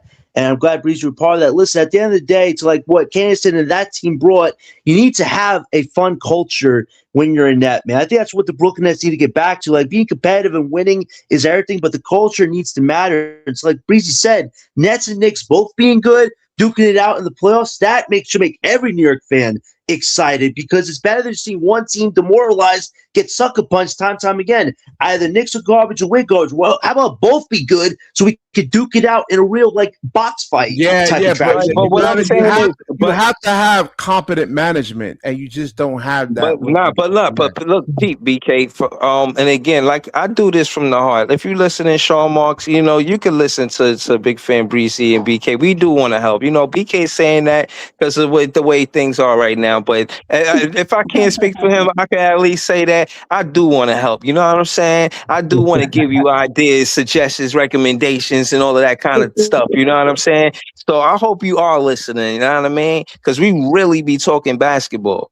Now, I'm saying all that to say, BK, that, bro, you make valid points, right? Yeah, I'm not saying that I disagree with you, but what I'm saying is that with the rise of these expansion teams, and I checked it out, they're gonna be in the NBA the 2028 to 2029 season. That's their first season in the NBA. I'm saying all of the teams that don't have an NBA championship, they want to make them competitive before those teams come. The Brooklyn Nets are one of those teams. Us being competitive before those expansion teams come, because everybody's going to have the same conversation. Oh, it's the expansion team. When are they going to win their first championship? The NBA has had success with expansion teams winning the championship. I did the work, bro, and I'm not trying to be long-winded. I'll just make my point. My point is that the fan base and everybody that love the NBA, they gonna want to know when that expansion team gonna win their first championship. And that being said, we fit in that equation or in that situation because we one of the teams that don't have an NBA championship before those teams come to the NBA. You feel what I'm saying?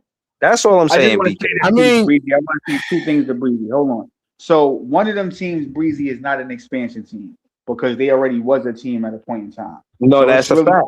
one, which is Vegas. No, Number that's two, a fact. That's a fact. my question to you that I wanted to ask you was this: who would you rather? Because I feel like they both could dominate the game, but in two different ways. So I'm gonna tell you who I would go first. I would go Boozer over AJ. And it's not because I don't think AJ's not better. I think AJ is better offensively, but I feel like Boozer has a better all-around game. So I'm not looking for individual talent. I'm looking for somebody that can impact the whole team. So Yeah, that's who I would go. So yo, yeah, go ahead. you just gave me an idea, bro. You know what I would do? I would try to make a situation where, let me tell you why I agree with you kind of sort of with the Boozer pick. Is because I see that the Nets were going through trying to run the offense through Noah Clowney. It didn't work, but they tried to. They wanted him to be the stretch four so bad. He was taking so many 3-pointers and he wasn't consistent. He wasn't efficient. So my point is, somebody like Cam Boozer probably could do what they wanted Noah Clowney to do, right? Yeah. But hold on, what was the other thing you said? What was the other thing you said? Oh, You so saying, Boozer? Yeah, no. So I said Boozer. I don't like AJ's better offensively, but I said Boozer, he's better as far No, as that's the okay. It's the idea that I thought of when you were saying that. Yeah, I mean AJ DeBosta, he's a tough shot maker, man. He's a tough shot maker. Right, but that's what I'm saying. Let me ask y'all this question. Because of that, and they can't do that, of course I would like Boozer here, but I want to say this. Nas Reed, see if we could pull Nas Reed, get a Nas Reed MPJ trade. Have you feel me? Put MPJ next to Ant-Man.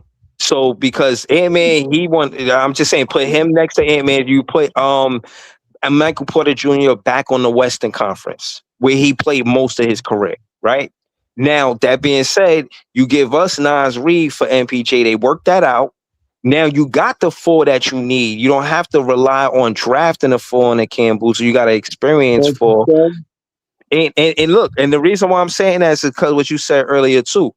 The first playoff game that y'all heard all of y'all talking about talking about it. The first game Knappel played on the offensive side of the ball, he didn't play so well. In the last minutes of the game, he wasn't even in the game. I'm saying that to say that if we want to be competitive that first season, next season, maybe we shouldn't even be thinking about putting a rookie in that situation where you could get a Nas Reed in that situation. And I'm only saying that because Harlem is because the Brooklyn Nets want to run the offense through the stretch four. I'm kind of like a Brook Lopez or something. You know what I'm saying? That's a very interesting trade. Listen, my thing with AJ and Boozer, it's really splitting hairs. The only major difference is AJ's uber athletic. Boozer relies on physicality. Now, some people say Boozer's 3-point shot and his mid-range need a lot of work, but still, having a guy like that to be a bully ball player, it's almost like a 90s style nuanced version that you kind of miss. Like, he's not afraid to go up against anybody in the interior, rebounding, whatnot. Like, that's something we could definitely use. Now, with AJ, he could score anywhere on the court, knock down threes. He could play defense. He could play make. So, if you want the ultimate franchise guy, I go with AJ. If you want a proven winner, go with Boozer. I don't think you could lose either way. So, but Breezy, if we get AJ, let's say, getting Nas Reed for MPJ, I'm totally down. AJ at 3, Nas at 4. See, this what I'm see, but that's the thing. I par with John all the time, so it makes sense that he get what I'm saying. Feel me? Yeah. The thing is that you put MPJ at the small forward, like you keep him there. Don't put him at the 4. That's why I was disagreeing with you, Harlem, because I don't want I don't want MPJ to get this super duper contract where we can't get other players that we might want. And this is a reoccurring conversation about Nas Reed. Somebody was talking, Nets fans, not just me, a lot of Nets fans was talking about Nas Reed. And I'm thinking maybe, reach out to him. Maybe get him at the 4, put MPJ back in the Western Conference. He got a good coach in the Chris Finch. But you'll be competing versus Denver. That could be a rivalry. They already got a rivalry. You know what I'm saying? Like, it's just a lot there for MPJ. I don't know. I'm just saying. It's a great move. And I Elena Plain saying this is to make room for AJ DeBasha. Seriously, I'm doing it. It's a great move. And Nas Reed, I've always liked the skill set. Guy was a 6-man. How rare is it for a big to be a 6-man? Like, he just gives you a lot of winning basketball. I know this year has been a little tough numbers wise, but he's still a solid player. Like, having that with AJ, you're just a center away from having a legit front court to go up against anybody in the Eastern Conference, which is a lot more competitive. So if we could upgrade the 4 and 5 alongside AJ, your front court's set. And to what Breezy said, if I get AJ, why do I want to give MPJ anything close to like $35 million when I already have the guy I'm going to be paying that money to in 4 years? So I think we just cut our losses with MPJ. If we somehow get AJ at number 1, that's the way, like, it's easy to get rid of that. And they can just do good business and just make the contract similar to what Nas Reed contract is, and you probably pay him a little more because his resume. But at the end of the day, we get AJ getting a green light, and he's the number 1 option. I don't want nothing in the way of that. And somebody like Nas Reed, I ain't saying AJ DeBasha gonna be like Ant-Man, but they remind me of each other. You know what I'm saying? So I'm just saying, somebody like Nas Reed next to AJ DeBasha in our starting lineup. Let's just say we undecided about the 5. I don't want to say nothing about the 5. I'll just leave it there. Nas Reed at the 4, AJ DeBasha at the 3, Diego at the 2, Nolan Traore at the 1. That's what I'm looking for. So that is definitely very interesting. If you get the 5, like I said, I'm not sold on Nolan, man. If you look at, I look at Dylan Harper, I look at the size of Dylan Harper. I mean, damn, it's a huge difference when you look at like Nolan, man. You got to upgrade that point guard position. But now, oh man, yo, hold on. Let me say this about Nolan Traore, bro. I'm not saying he's the best point guard as a rookie. I'm not even going to get into the debate with you about Dylan Harper. What I will say is one of the best things about Dylan Harper is him being able to get to the rim. Nolan Traore, one of the best things about him is being able to get to the rim. They got similar styles. I'm not saying that they the same level, but they got similar styles. And what I will say is I think Dylan Harper is stronger than Nolan Traore. But that's what I'm saying. But I think Nolan Traore is faster than Dylan Harper. Now I'm not saying that it weighs more, but I'm just saying I'm watching the game. And if Nolan Traore could develop that 3 ball, bro, he's 17-7 a game, bro. Second season. BK, I'm asking a question. Where was Nolan Traore ranked in assist numbers for rookies in the second half of the season? What number? Talk to him. BK, what number? Ask the question. What number was Nolan Traore? I'm not looking at. Can I speak, man? Can you just tell me what looking at it? Hello, can I talk? I'm not looking at it from the offensive perspective. I'm looking at it from a defensive perspective. He's gonna get picked on. All right, if y'all talking about winning championships, what is it that OKC has, and what makes them so hard to beat? Good playmaker, yes or no? I don't care about all that, man. He's too small. He's too small. He was the number 1 point guard in his what? Oh my gosh. BK, do you ever watch these players, or is it always scouting reports like, on your GPS? I can't. I seen you know what I seen? What was his name? And what's his name? Oh, Who was man. on the Pelicans? Jeremiah Fears, right? He just All dropped right. 40 points. Jeremiah Fears. I was watching him. He Oh, made like Case and Wallace look like an average defender. And when Case and Wallace was Garland Nolan,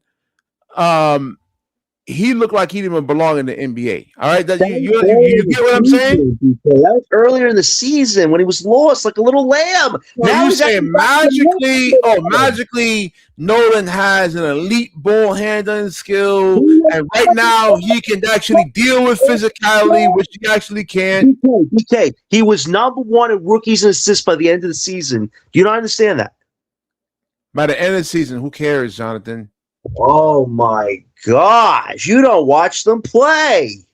I did. I watched Jeremiah Fears bust Case and Wallace's ass. I asked you what And number Nolan he made Case and Wallace look average, and we know he's an elite defender.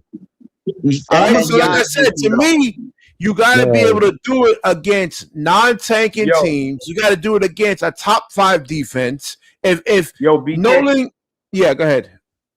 Let me just say this, right? Jeremiah Fears is a blur for real, bro. No, that's what I'm saying. Speed kills, bro. Yeah, that's what I'm saying.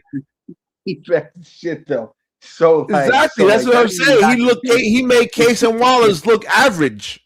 He was like blown by Case and Wallace, and then when I seen the matchup against Nolan, I mean, Nolan couldn't even bring the ball up half court. He got better towards the end of the season, right? Before a little down spurt towards the end. He was getting better though. #1 in rookies by you got to see against a top 5 defense. You got to do it against Detroit. You got to do it against OKC. Wait. I'm going, guys. Stop, BK. So next year, BK, right? Let me ask you this, right? So let's just say, like, you get Boozer, right? He your power forward. Let's just say, right? For fuck's sake, right? I like Michael Porter. I would keep him. I know Breezy and John don't, but I like him, right? So let's say you put them 2 guys, right? One is 6'11", the other is like 6'9", 6'10", right? So those are your 2 forwards, right? Who else, BK, would you fill out in that starting lineup? Because obviously people coming back. So let's say the power forward is Porter, the small forward is Boozer, or vice versa, right? Who would you put? I mean, if you want to really start winning, you got to get rid of all these. Like you got to get rid of Noah Clown. You got to get rid of right. I gave you 2 pieces though, and even like I'm thinking about with Cam Boozer right now. He's going to be matched up against other power forwards, so he's not going to be able to bully his way like he did in college. So it's going to be interesting. You don't have to bully people. Here's the thing, BK, right? The reason I picked him is because listen to what John said. John said if you want the franchise guy, right? Yeah. But the franchise guy is somebody that we know is gonna just take a lot of shots, right? So you know what sets Cooper Flag apart, right? From like all these other guys, right? Now Cooper had one good year. I'm not gonna shit on Cooper. He had an amazing year. I got to see what he's doing year 2, right?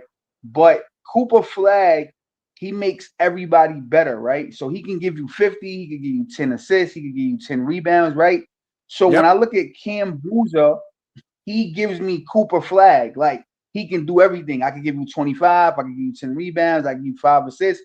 AJ DeBonster gives me more like, I'm going to give you 50 points, a couple of rebounds, a couple of assists. He's not going to make everybody better. So Boozer just fits making the Nets better because you want to make the team better. You don't want to just make myself better. You know what I'm saying? Like, so he's another Cam Thomas, but better. You feel what I'm saying? So if you think Cam Thomas just scores, that's the same shit AJ's going to do. He's going to give you buckets, but then that's it, right? So then it's just going to be like you're still losing, but you have a franchise guy. So you want somebody that's going to make them better. So I'm just asking. No, I mean, I said that in the beginning of the year. I like Cam Boozer because like he could play with his back to the basket and he could face up. Yeah, but like AJ And honestly, is mainly BK, like you a gotta face think up about player. this too, BK. You gotta think about this too. You get older every year, correct? Yep. So the guys that you're talking, he's going against, they've been in the league a long time, bro. They have miles on their body. This kid is gonna be fresh. You get what I'm saying? So there's nobody, and when you look at the top power forwards, BK, I keep it real, bro. They either, in my opinion, not that good, or they soft as baby shit. Let's Nah, I don't just know call about that. it a spade. That's Yeah, I don't all know right, about cool. I'm that.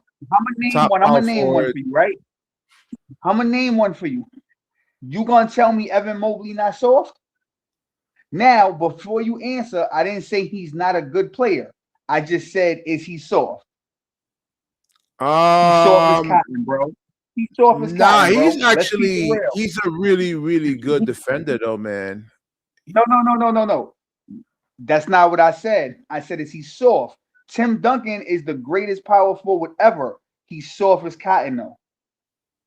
Just because you're a good player don't mean that you're soft. So that's what I'm saying. Mobley and Jalen, they're soft, right?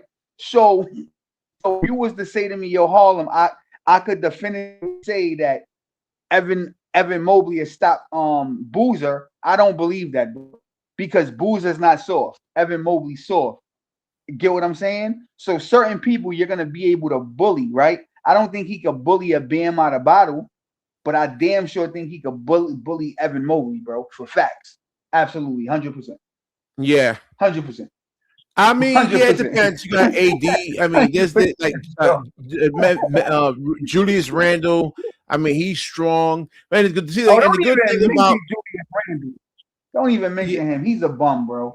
He's a bum, BK. I'm sorry, bro. Like Claude, didn't Claude Julius Knipple Randle, change the bum, bro. culture of Charlotte, and he's one of the main reasons why they actually have a good like path right now. He changed the whole like scene in Charlotte with the I'm gonna say Hornets. this, BK. I Don't just tell me want that. to Hey, look at defend Cooper Claude. Flag too. Look what Cooper Flag is doing. Look what Wemby's doing. Stop saying that, Claude. Stop. Wait. No. Yo, let me just defend Claude for you. Right, BK. He did help change the culture, but he's not ready for the moment yet. He was horrible tonight. And Well, he's not, sometimes, I mean, he's not bro, going a to play lot. good every single night, man. If you can No, get 7 out of 10 games out of him, that's good. No. Right, but you don't really know what these guys are made of until they're in the playoffs and they in high pressure situations, high pressure situations. Like a prime example, right? Tomorrow, the Magic is gonna play Philly, right? VJ Edgecombe, we don't know what we're gonna get out that kid, right? Because he's never been in this situation. So one or two things is gonna happen. He's either gonna give you a masterpiece or he's gonna be super ass, right? So my thing is, we gotta stop putting so much hype and emphasis on these guys. I understand the AJ love affair. I understand, but bro, these niggas is not just coming into the NBA making instant. You get what I'm saying? Like, I don't think one player is gonna just come on the Nets and just turn it around, bro. That's Well, why I Paulo wouldn't give up. Banchero, he averaged 20.1 points a game his first year. Yes, but you put pieces around him. That's They didn't why have I that many wouldn't pieces give up. around him. They were bad before they got Paulo Banchero.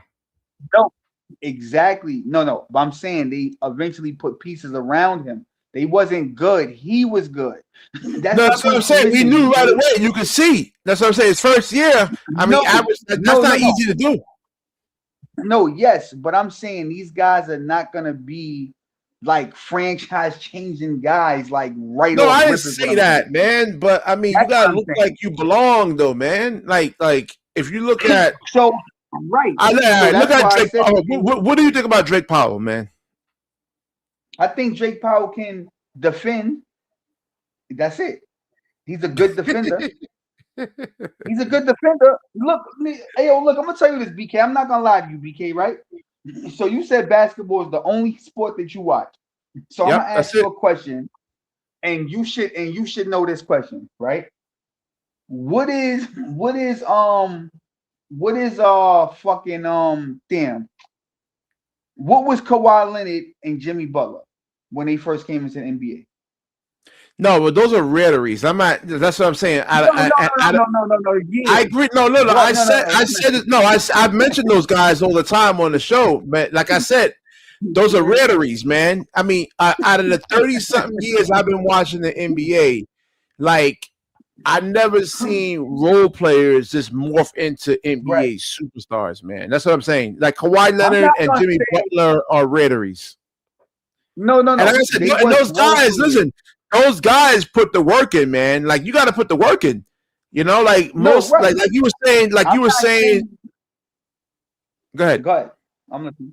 Go. No, like you were saying the last show, like you got to babysit these guys. You got to be constantly on them. You know, like Kawhi Leonard say, "Hey, listen, I want to put the work in." You got to sacrifice all the things you love to do because you got to put in 10, 11 hours a day in the off season. You're like most guys don't really want to do that, man. So I'm gonna say this to you: who would you? So I'm gonna ask you again. So we're gonna scratch all the other nets. We just gonna go them two, Boozer and Porter. Who are you putting around? Around Karen Boozer? Well, around Boozer and Porter. Because here's the thing: this is why I don't want to get Michael Porter, BK. If you give up Michael Porter, you're still going ass backwards because you have nobody. That's what I was trying to tell Jonathan. That's what I was trying to tell Jonathan. You have to keep Porter. Right. You keep Porter. He's a veteran. He can score. You add Boozer or AJ to that. Boom. You got two pieces.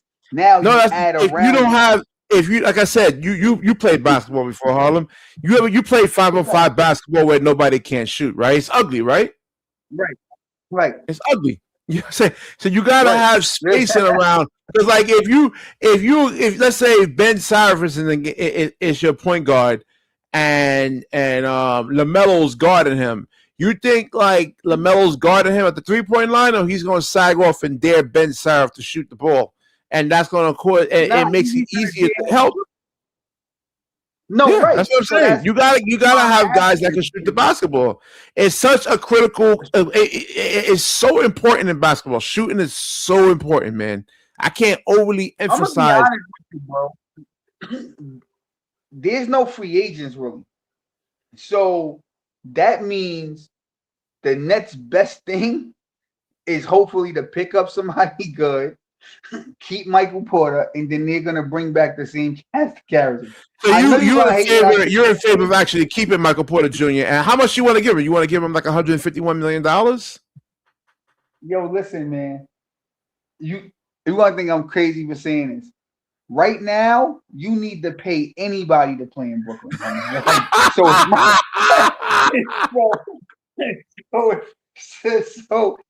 listen, bro. Michael Porter got a ring. He's a proven scorer. If that nigga tell you he want to stay in Brooklyn, you do whatever it takes to keep him, bro. Somebody better than nobody, bro. Like, you feel what I'm saying? Like, yeah, that's what I was saying too. Because like he's the only one that can actually shoot the ball, man. Like, if you want, because like I was listening to a little bit, like when I first started the show today, last night I should say.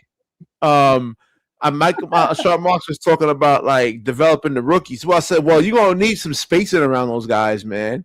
You're gonna need a guy like Michael Porter Jr. that can actually shoot and spread out the offense. You roll out the motherfucking Kawhi Leonard Toronto treatment for that nigga. You give him as many chopped cheeses and Chinese food that whatever he need, BK. New York City better make sure he had. Look, bro. Let's keep it a beam. When the last time you heard somebody say they wanted to stay in Brooklyn and actually meant it? I really think that motherfucker mean it, bro. Under a Sean Marks regime, right? Like I'm like, bro, yo, listen to me, right? I told you before, bro. I think he want to stay in Brooklyn because for one, he got the green light. He didn't have the green light in Denver, so. You know, that's one reason. For two, come on, bro. New York is the mecca of the fucking world, bro. Everybody want to play in New York, BK. Yeah, but I mean, New York has a lot of things going. Like if you're talking about players and like the taxes are really, really high, the weather. Yeah, and then think about it. And listen, and this is what pissed off a lot of you Nets fans, man. But if would you rather live in Westchester County or live in Brooklyn, man? I'm gonna be honest with you. Me personally, at the stage of my life now, I want to live somewhere quiet. Exactly. So I would probably say Brooklyn is crowded. You gotta live in an apartment. You know, like the parking is horrible.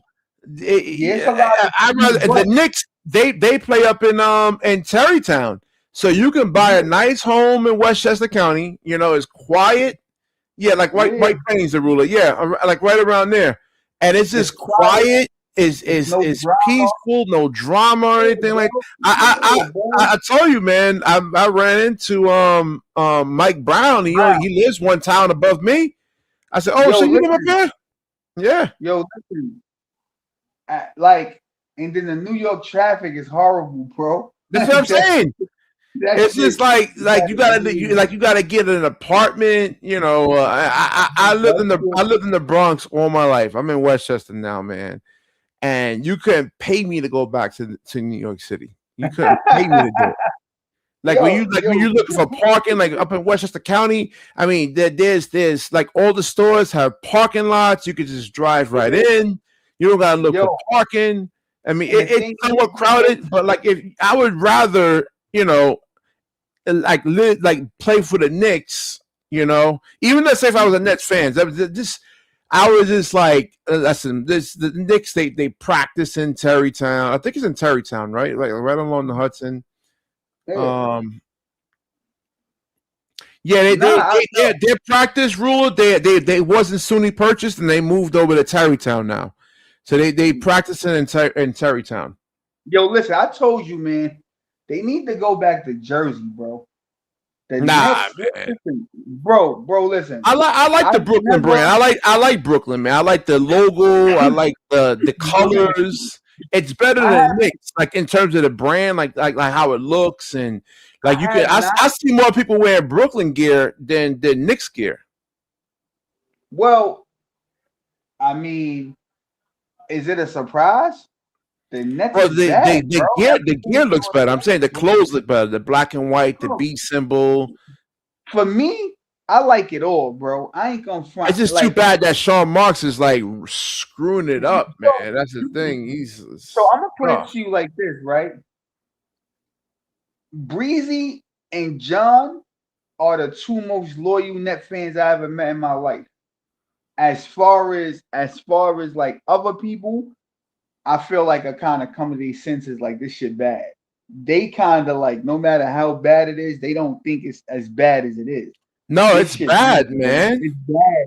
It's bad, bro. And you know, BK, I wasn't wrong when I said what I said before, bro. The Nets got more foreign fans than they do American fans, bro. This is facts. Yo, bro, Brooklyn and Queens is the two biggest boroughs, right? Queens is probably the biggest borough. Brooklyn probably got the most people, or vice versa. Why is it that you seeing more people from overseas at Brooklyn games than niggas right in the city of Brooklyn?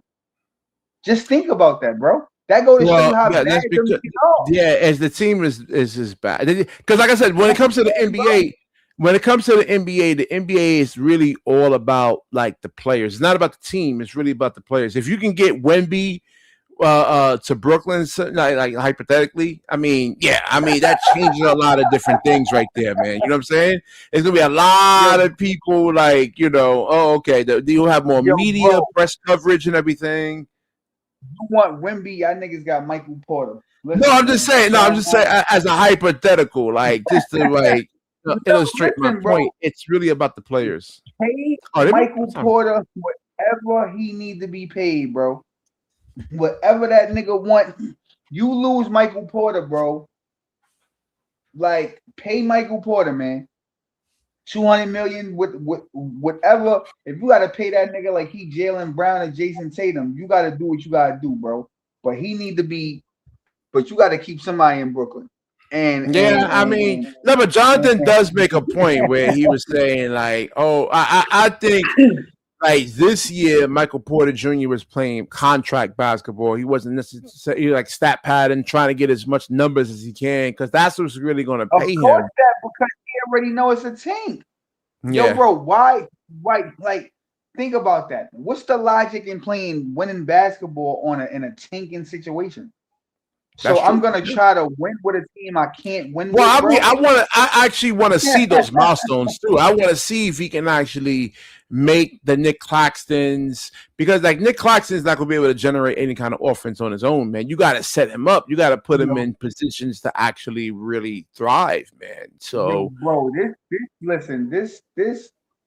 this shit here, man. Yo, BK, I can't. Oh, yo, listen, man. Since we on the topic now, man, it's just me and you freestyling. We could talk about this shit now. Yo, bro, did you see the comment that I wrote you the other day? Or I gotta look at it. What I you ain't gotta gotta look at it. I'm gonna tell you. But right now we can talk about it because it's just me and you. Ain't nobody up here to interrupt or nothing. Listen, bro, you got your wish. You said you thought the Hawks was gonna eliminate us. You got your fucking wish Saturday, my boy, 6 o'clock. You got your wish. Oh, they playing. So what's the? Hold on, let me look at the seeding. It's the Hawks. It's the Knicks and the Hawks. And you got your wish. That's tough, man. It's the Knicks and the Hawks, and it's Toronto versus the Cavs. You see, I'm gonna be honest with you, bro.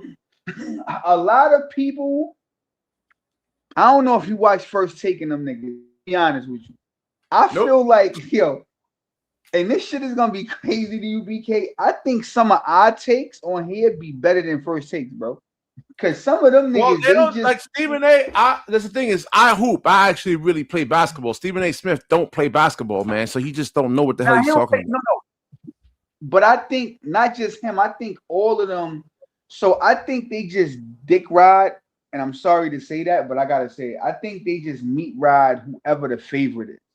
Because when you hear them talk, they're like, "Oh yeah, like the Cavs is gonna just crush the Raptors." Bro, I don't think they just gonna destroy the Raptors. I think that shit gonna be a dogfight, bro. I think that's gonna be a dogfight against Atlanta. No. The Knicks is playing the. So how the shit was set up for the Knicks to play the Raptors, and it was set up for the Cavs to play the Hawks.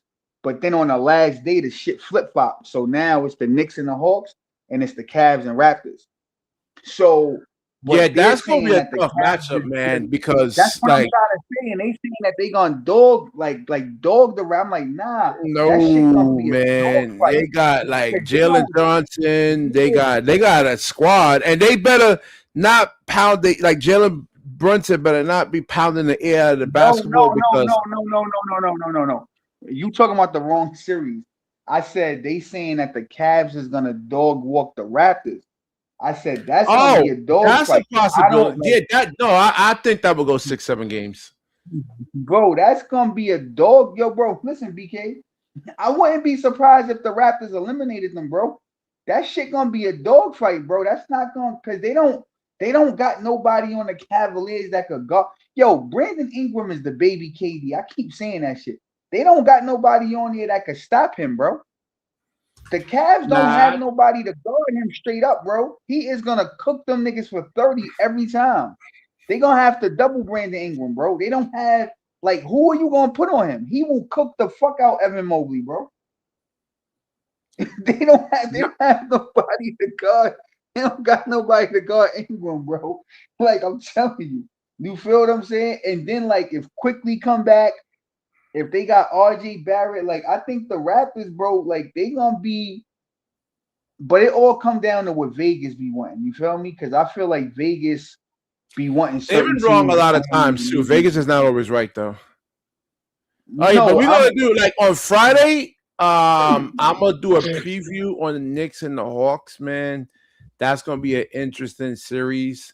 Now, before I even do the show on that, I'm gonna watch a lot of Atlanta Hawks, God willing, and this is not gonna be easy, man. Because hopefully, Mikal Bridges and OG Anunoby, they just run see if they can run some offense through them and have Jalen and Cat play off the basketball where where it's unpredictable somewhat. Yo, BK, we're gonna beat the Hawks in 5 games. Nah, you crazy? That's gonna be a street fight, man. That could go 6-7 games. BK, the fact that you even trying to justify the Hawks Well, beating hold on the one Knicks second, one is second. Listen, nasty. Jay, check up, man. That's all I can say. I'll give you the time, place. Actually, I'll come to you. As a matter of fact, you let me know. You know what? You come to me. Check up, man. Check up. And you know, I'm like trying my to boy, my boy Marco over here. What's over say? He says, "Yo, BK, I seen you hooping at my local park. My guy can hoop. Yeah, I can play basketball, man. I'm very, very good, Jay. Very good. seen them I've been, balling at I've the been low playing for yo. like 35 years, man. And I coach, I teach kids how to play. So BK, I'm telling you, bro. Like, yo, you picking, yo. Listen, BK. I tell you about my betting again. I'm down bad, my boy. So listen, the I bet the Heat, right? To lose oh, you by a certain lost? amount of points. Oh, Yeah, damn, no. man. You But stay getting these bad picks. no. Listen. I'm gonna tell you. Nah, I'm gonna tell you what happened. I was up, and then shit changed. So I was gonna pick the Hornets to flat out win, right? Which they did win, but the Heat definitely should have won, bro, right? But I changed my pick at the last minute. And I said, nah, I'm gonna go with the Heat with the spread to lose by a certain amount. So the Heat actually won me bread. But Oh, then okay. I did a parlay. I picked the Heat with the fucking Suns and they lost to the Blazers. Jesus fucking Christ, bro. The Blazers, my nigga. Are you crazy, bro? Yo, bro. What's that little Pakistani nigga name? Danny Avia? Yo, bro, They this had him as a motherfucker. good. They had him as a good small forward. He was like number 7 or 8 on that Bro, list. bro, Damian Lillard ain't played, and this nigga turned into like the second coming of Klay Thompson, bro. This nigga, bro, this kid could really fucking ball, bro. This nigga be out here dropping 30. Jeremy Yeah. Grant out here hitting shots that he don't never hit. I'm like, bro, what the But Jeremy bro? Grant for his career, he averages 20.1 points a game, though, man. I'm like, bro, like Phoenix, this.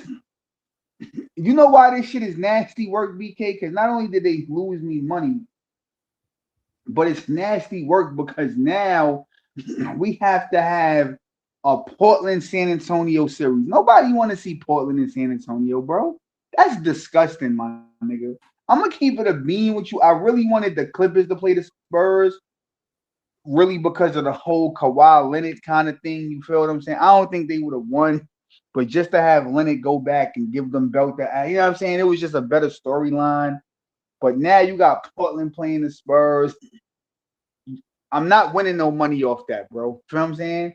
Because the Spurs is the favorite every game.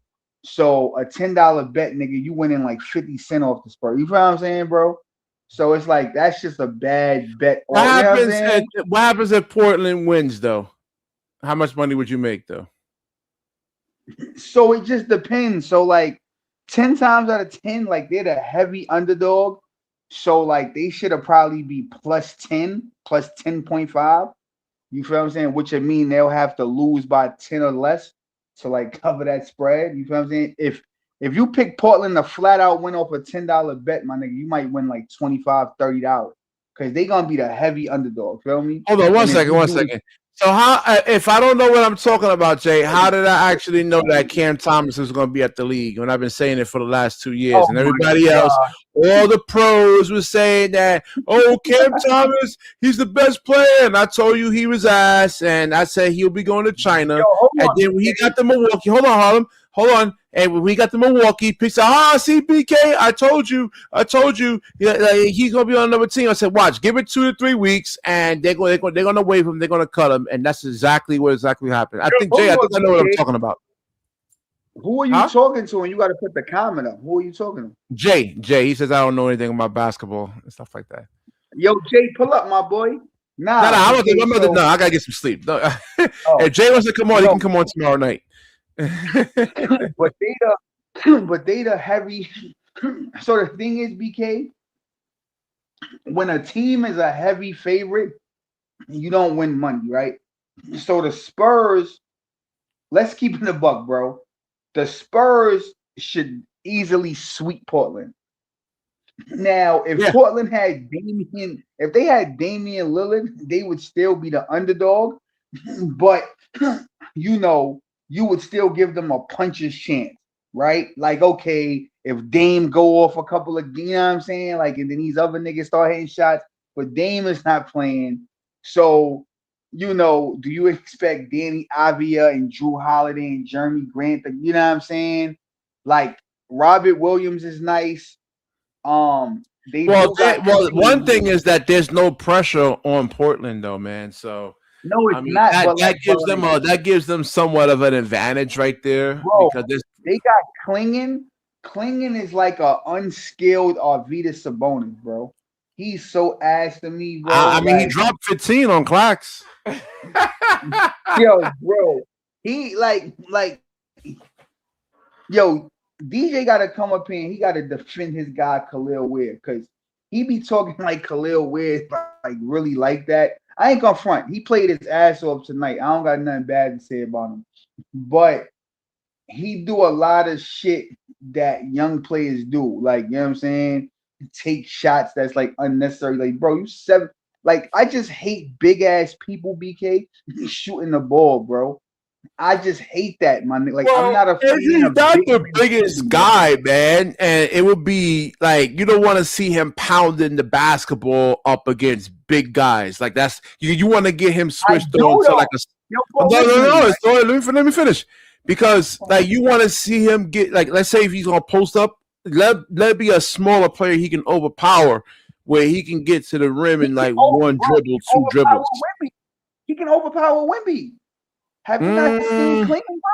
Yo, bro, Klingon is 7'2", 200 and something pounds.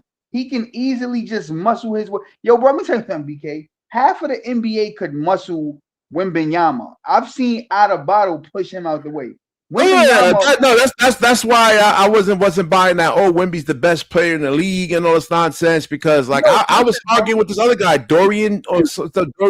He's a content creator. Him and I were battling now about Wemby. I'm like, dude, what are you talking about, man? Like, Wemby's not a physical, like, there's a physicality component that you're missing, though. Wemby has length, so even if you push him under the basket, he can still block you. So that's he can recover though, man. Yeah, he can recover. Yeah. But Klingon is 7'2", and he's lengthy, right? So we're not talking about a 6'9" Adebayo backing down. We're talking about a 7'2" guy that's 275 backing you down. He should be able to dunk right on his fucking head. Feel me? Yeah, but see, the thing is with Wemby though, like, he's such a nightmare on the offensive end because he can shoot threes, and guys like Klingon is not going to go out there and chase him. No. Klingon can shoot threes also though. No, but he has to go out there and guard. He has to go out there and guard. Wemby can guard him. He has the actual body type where he can actually go out there and play on the perimeter, and move like laterally, and like has the foot speed to get out there on a Klingon. But like on the other spectrum, Klingon doesn't. Right? And then you may have to go small to try to chase to stop Wemby from knocking down threes. So that's the thing in that type of series. I got 235. So tomorrow, the Magic play Philly. Who you got in that? I'm gonna go with the Magic. I'm gonna go with the Magic. All right. The second game is the Warriors and Clippers. Who you got in that? Oh, Clippers, man, definitely. All right. You know why I disagree with you, BK? Why's that? Because you see, now I'm gonna teach you a trick. This is how the NBA gets you with the bullshit. You see how you just picked the Clippers? Yeah. The Clippers is the favorite. That's how I lost my fucking money tonight, because I picked the Suns. Yo, yeah, Jalen Green and fucking Dylan the Villain. And guess what, nigga? They lost to Danny Avia. That's how them niggas get you, bro. You gonna pick the Clippers. Well, that's the thing with Jalen Green, though. He only weighs 186 pounds, man. No. So his three was, how was his 3-point? Was it because he's a good 3-point shooter? But if he's not hitting his threes, I mean, because he's so small. He's 186. Yeah. All right, we got to. It's getting late. I gotta get up at 7:30 in the morning. Let me get some sleep, man.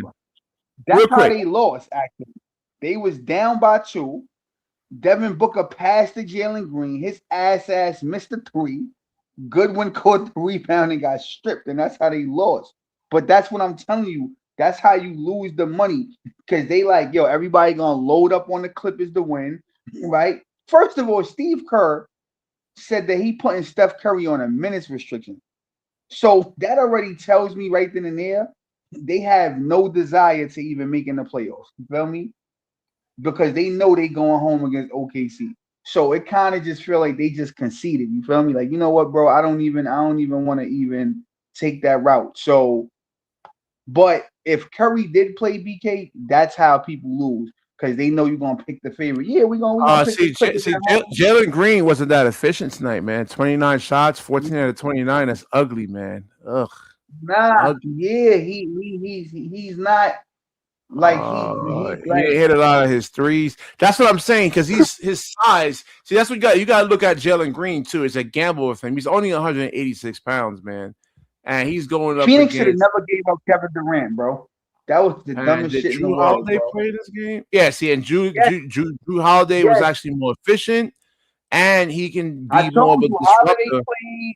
Yo, hold on. Yo, bro, can you look up Danny Obvious stats? Because he was going crazy, bro. Please look up his stats, bro. That motherfucker's ear was going nuts, bro.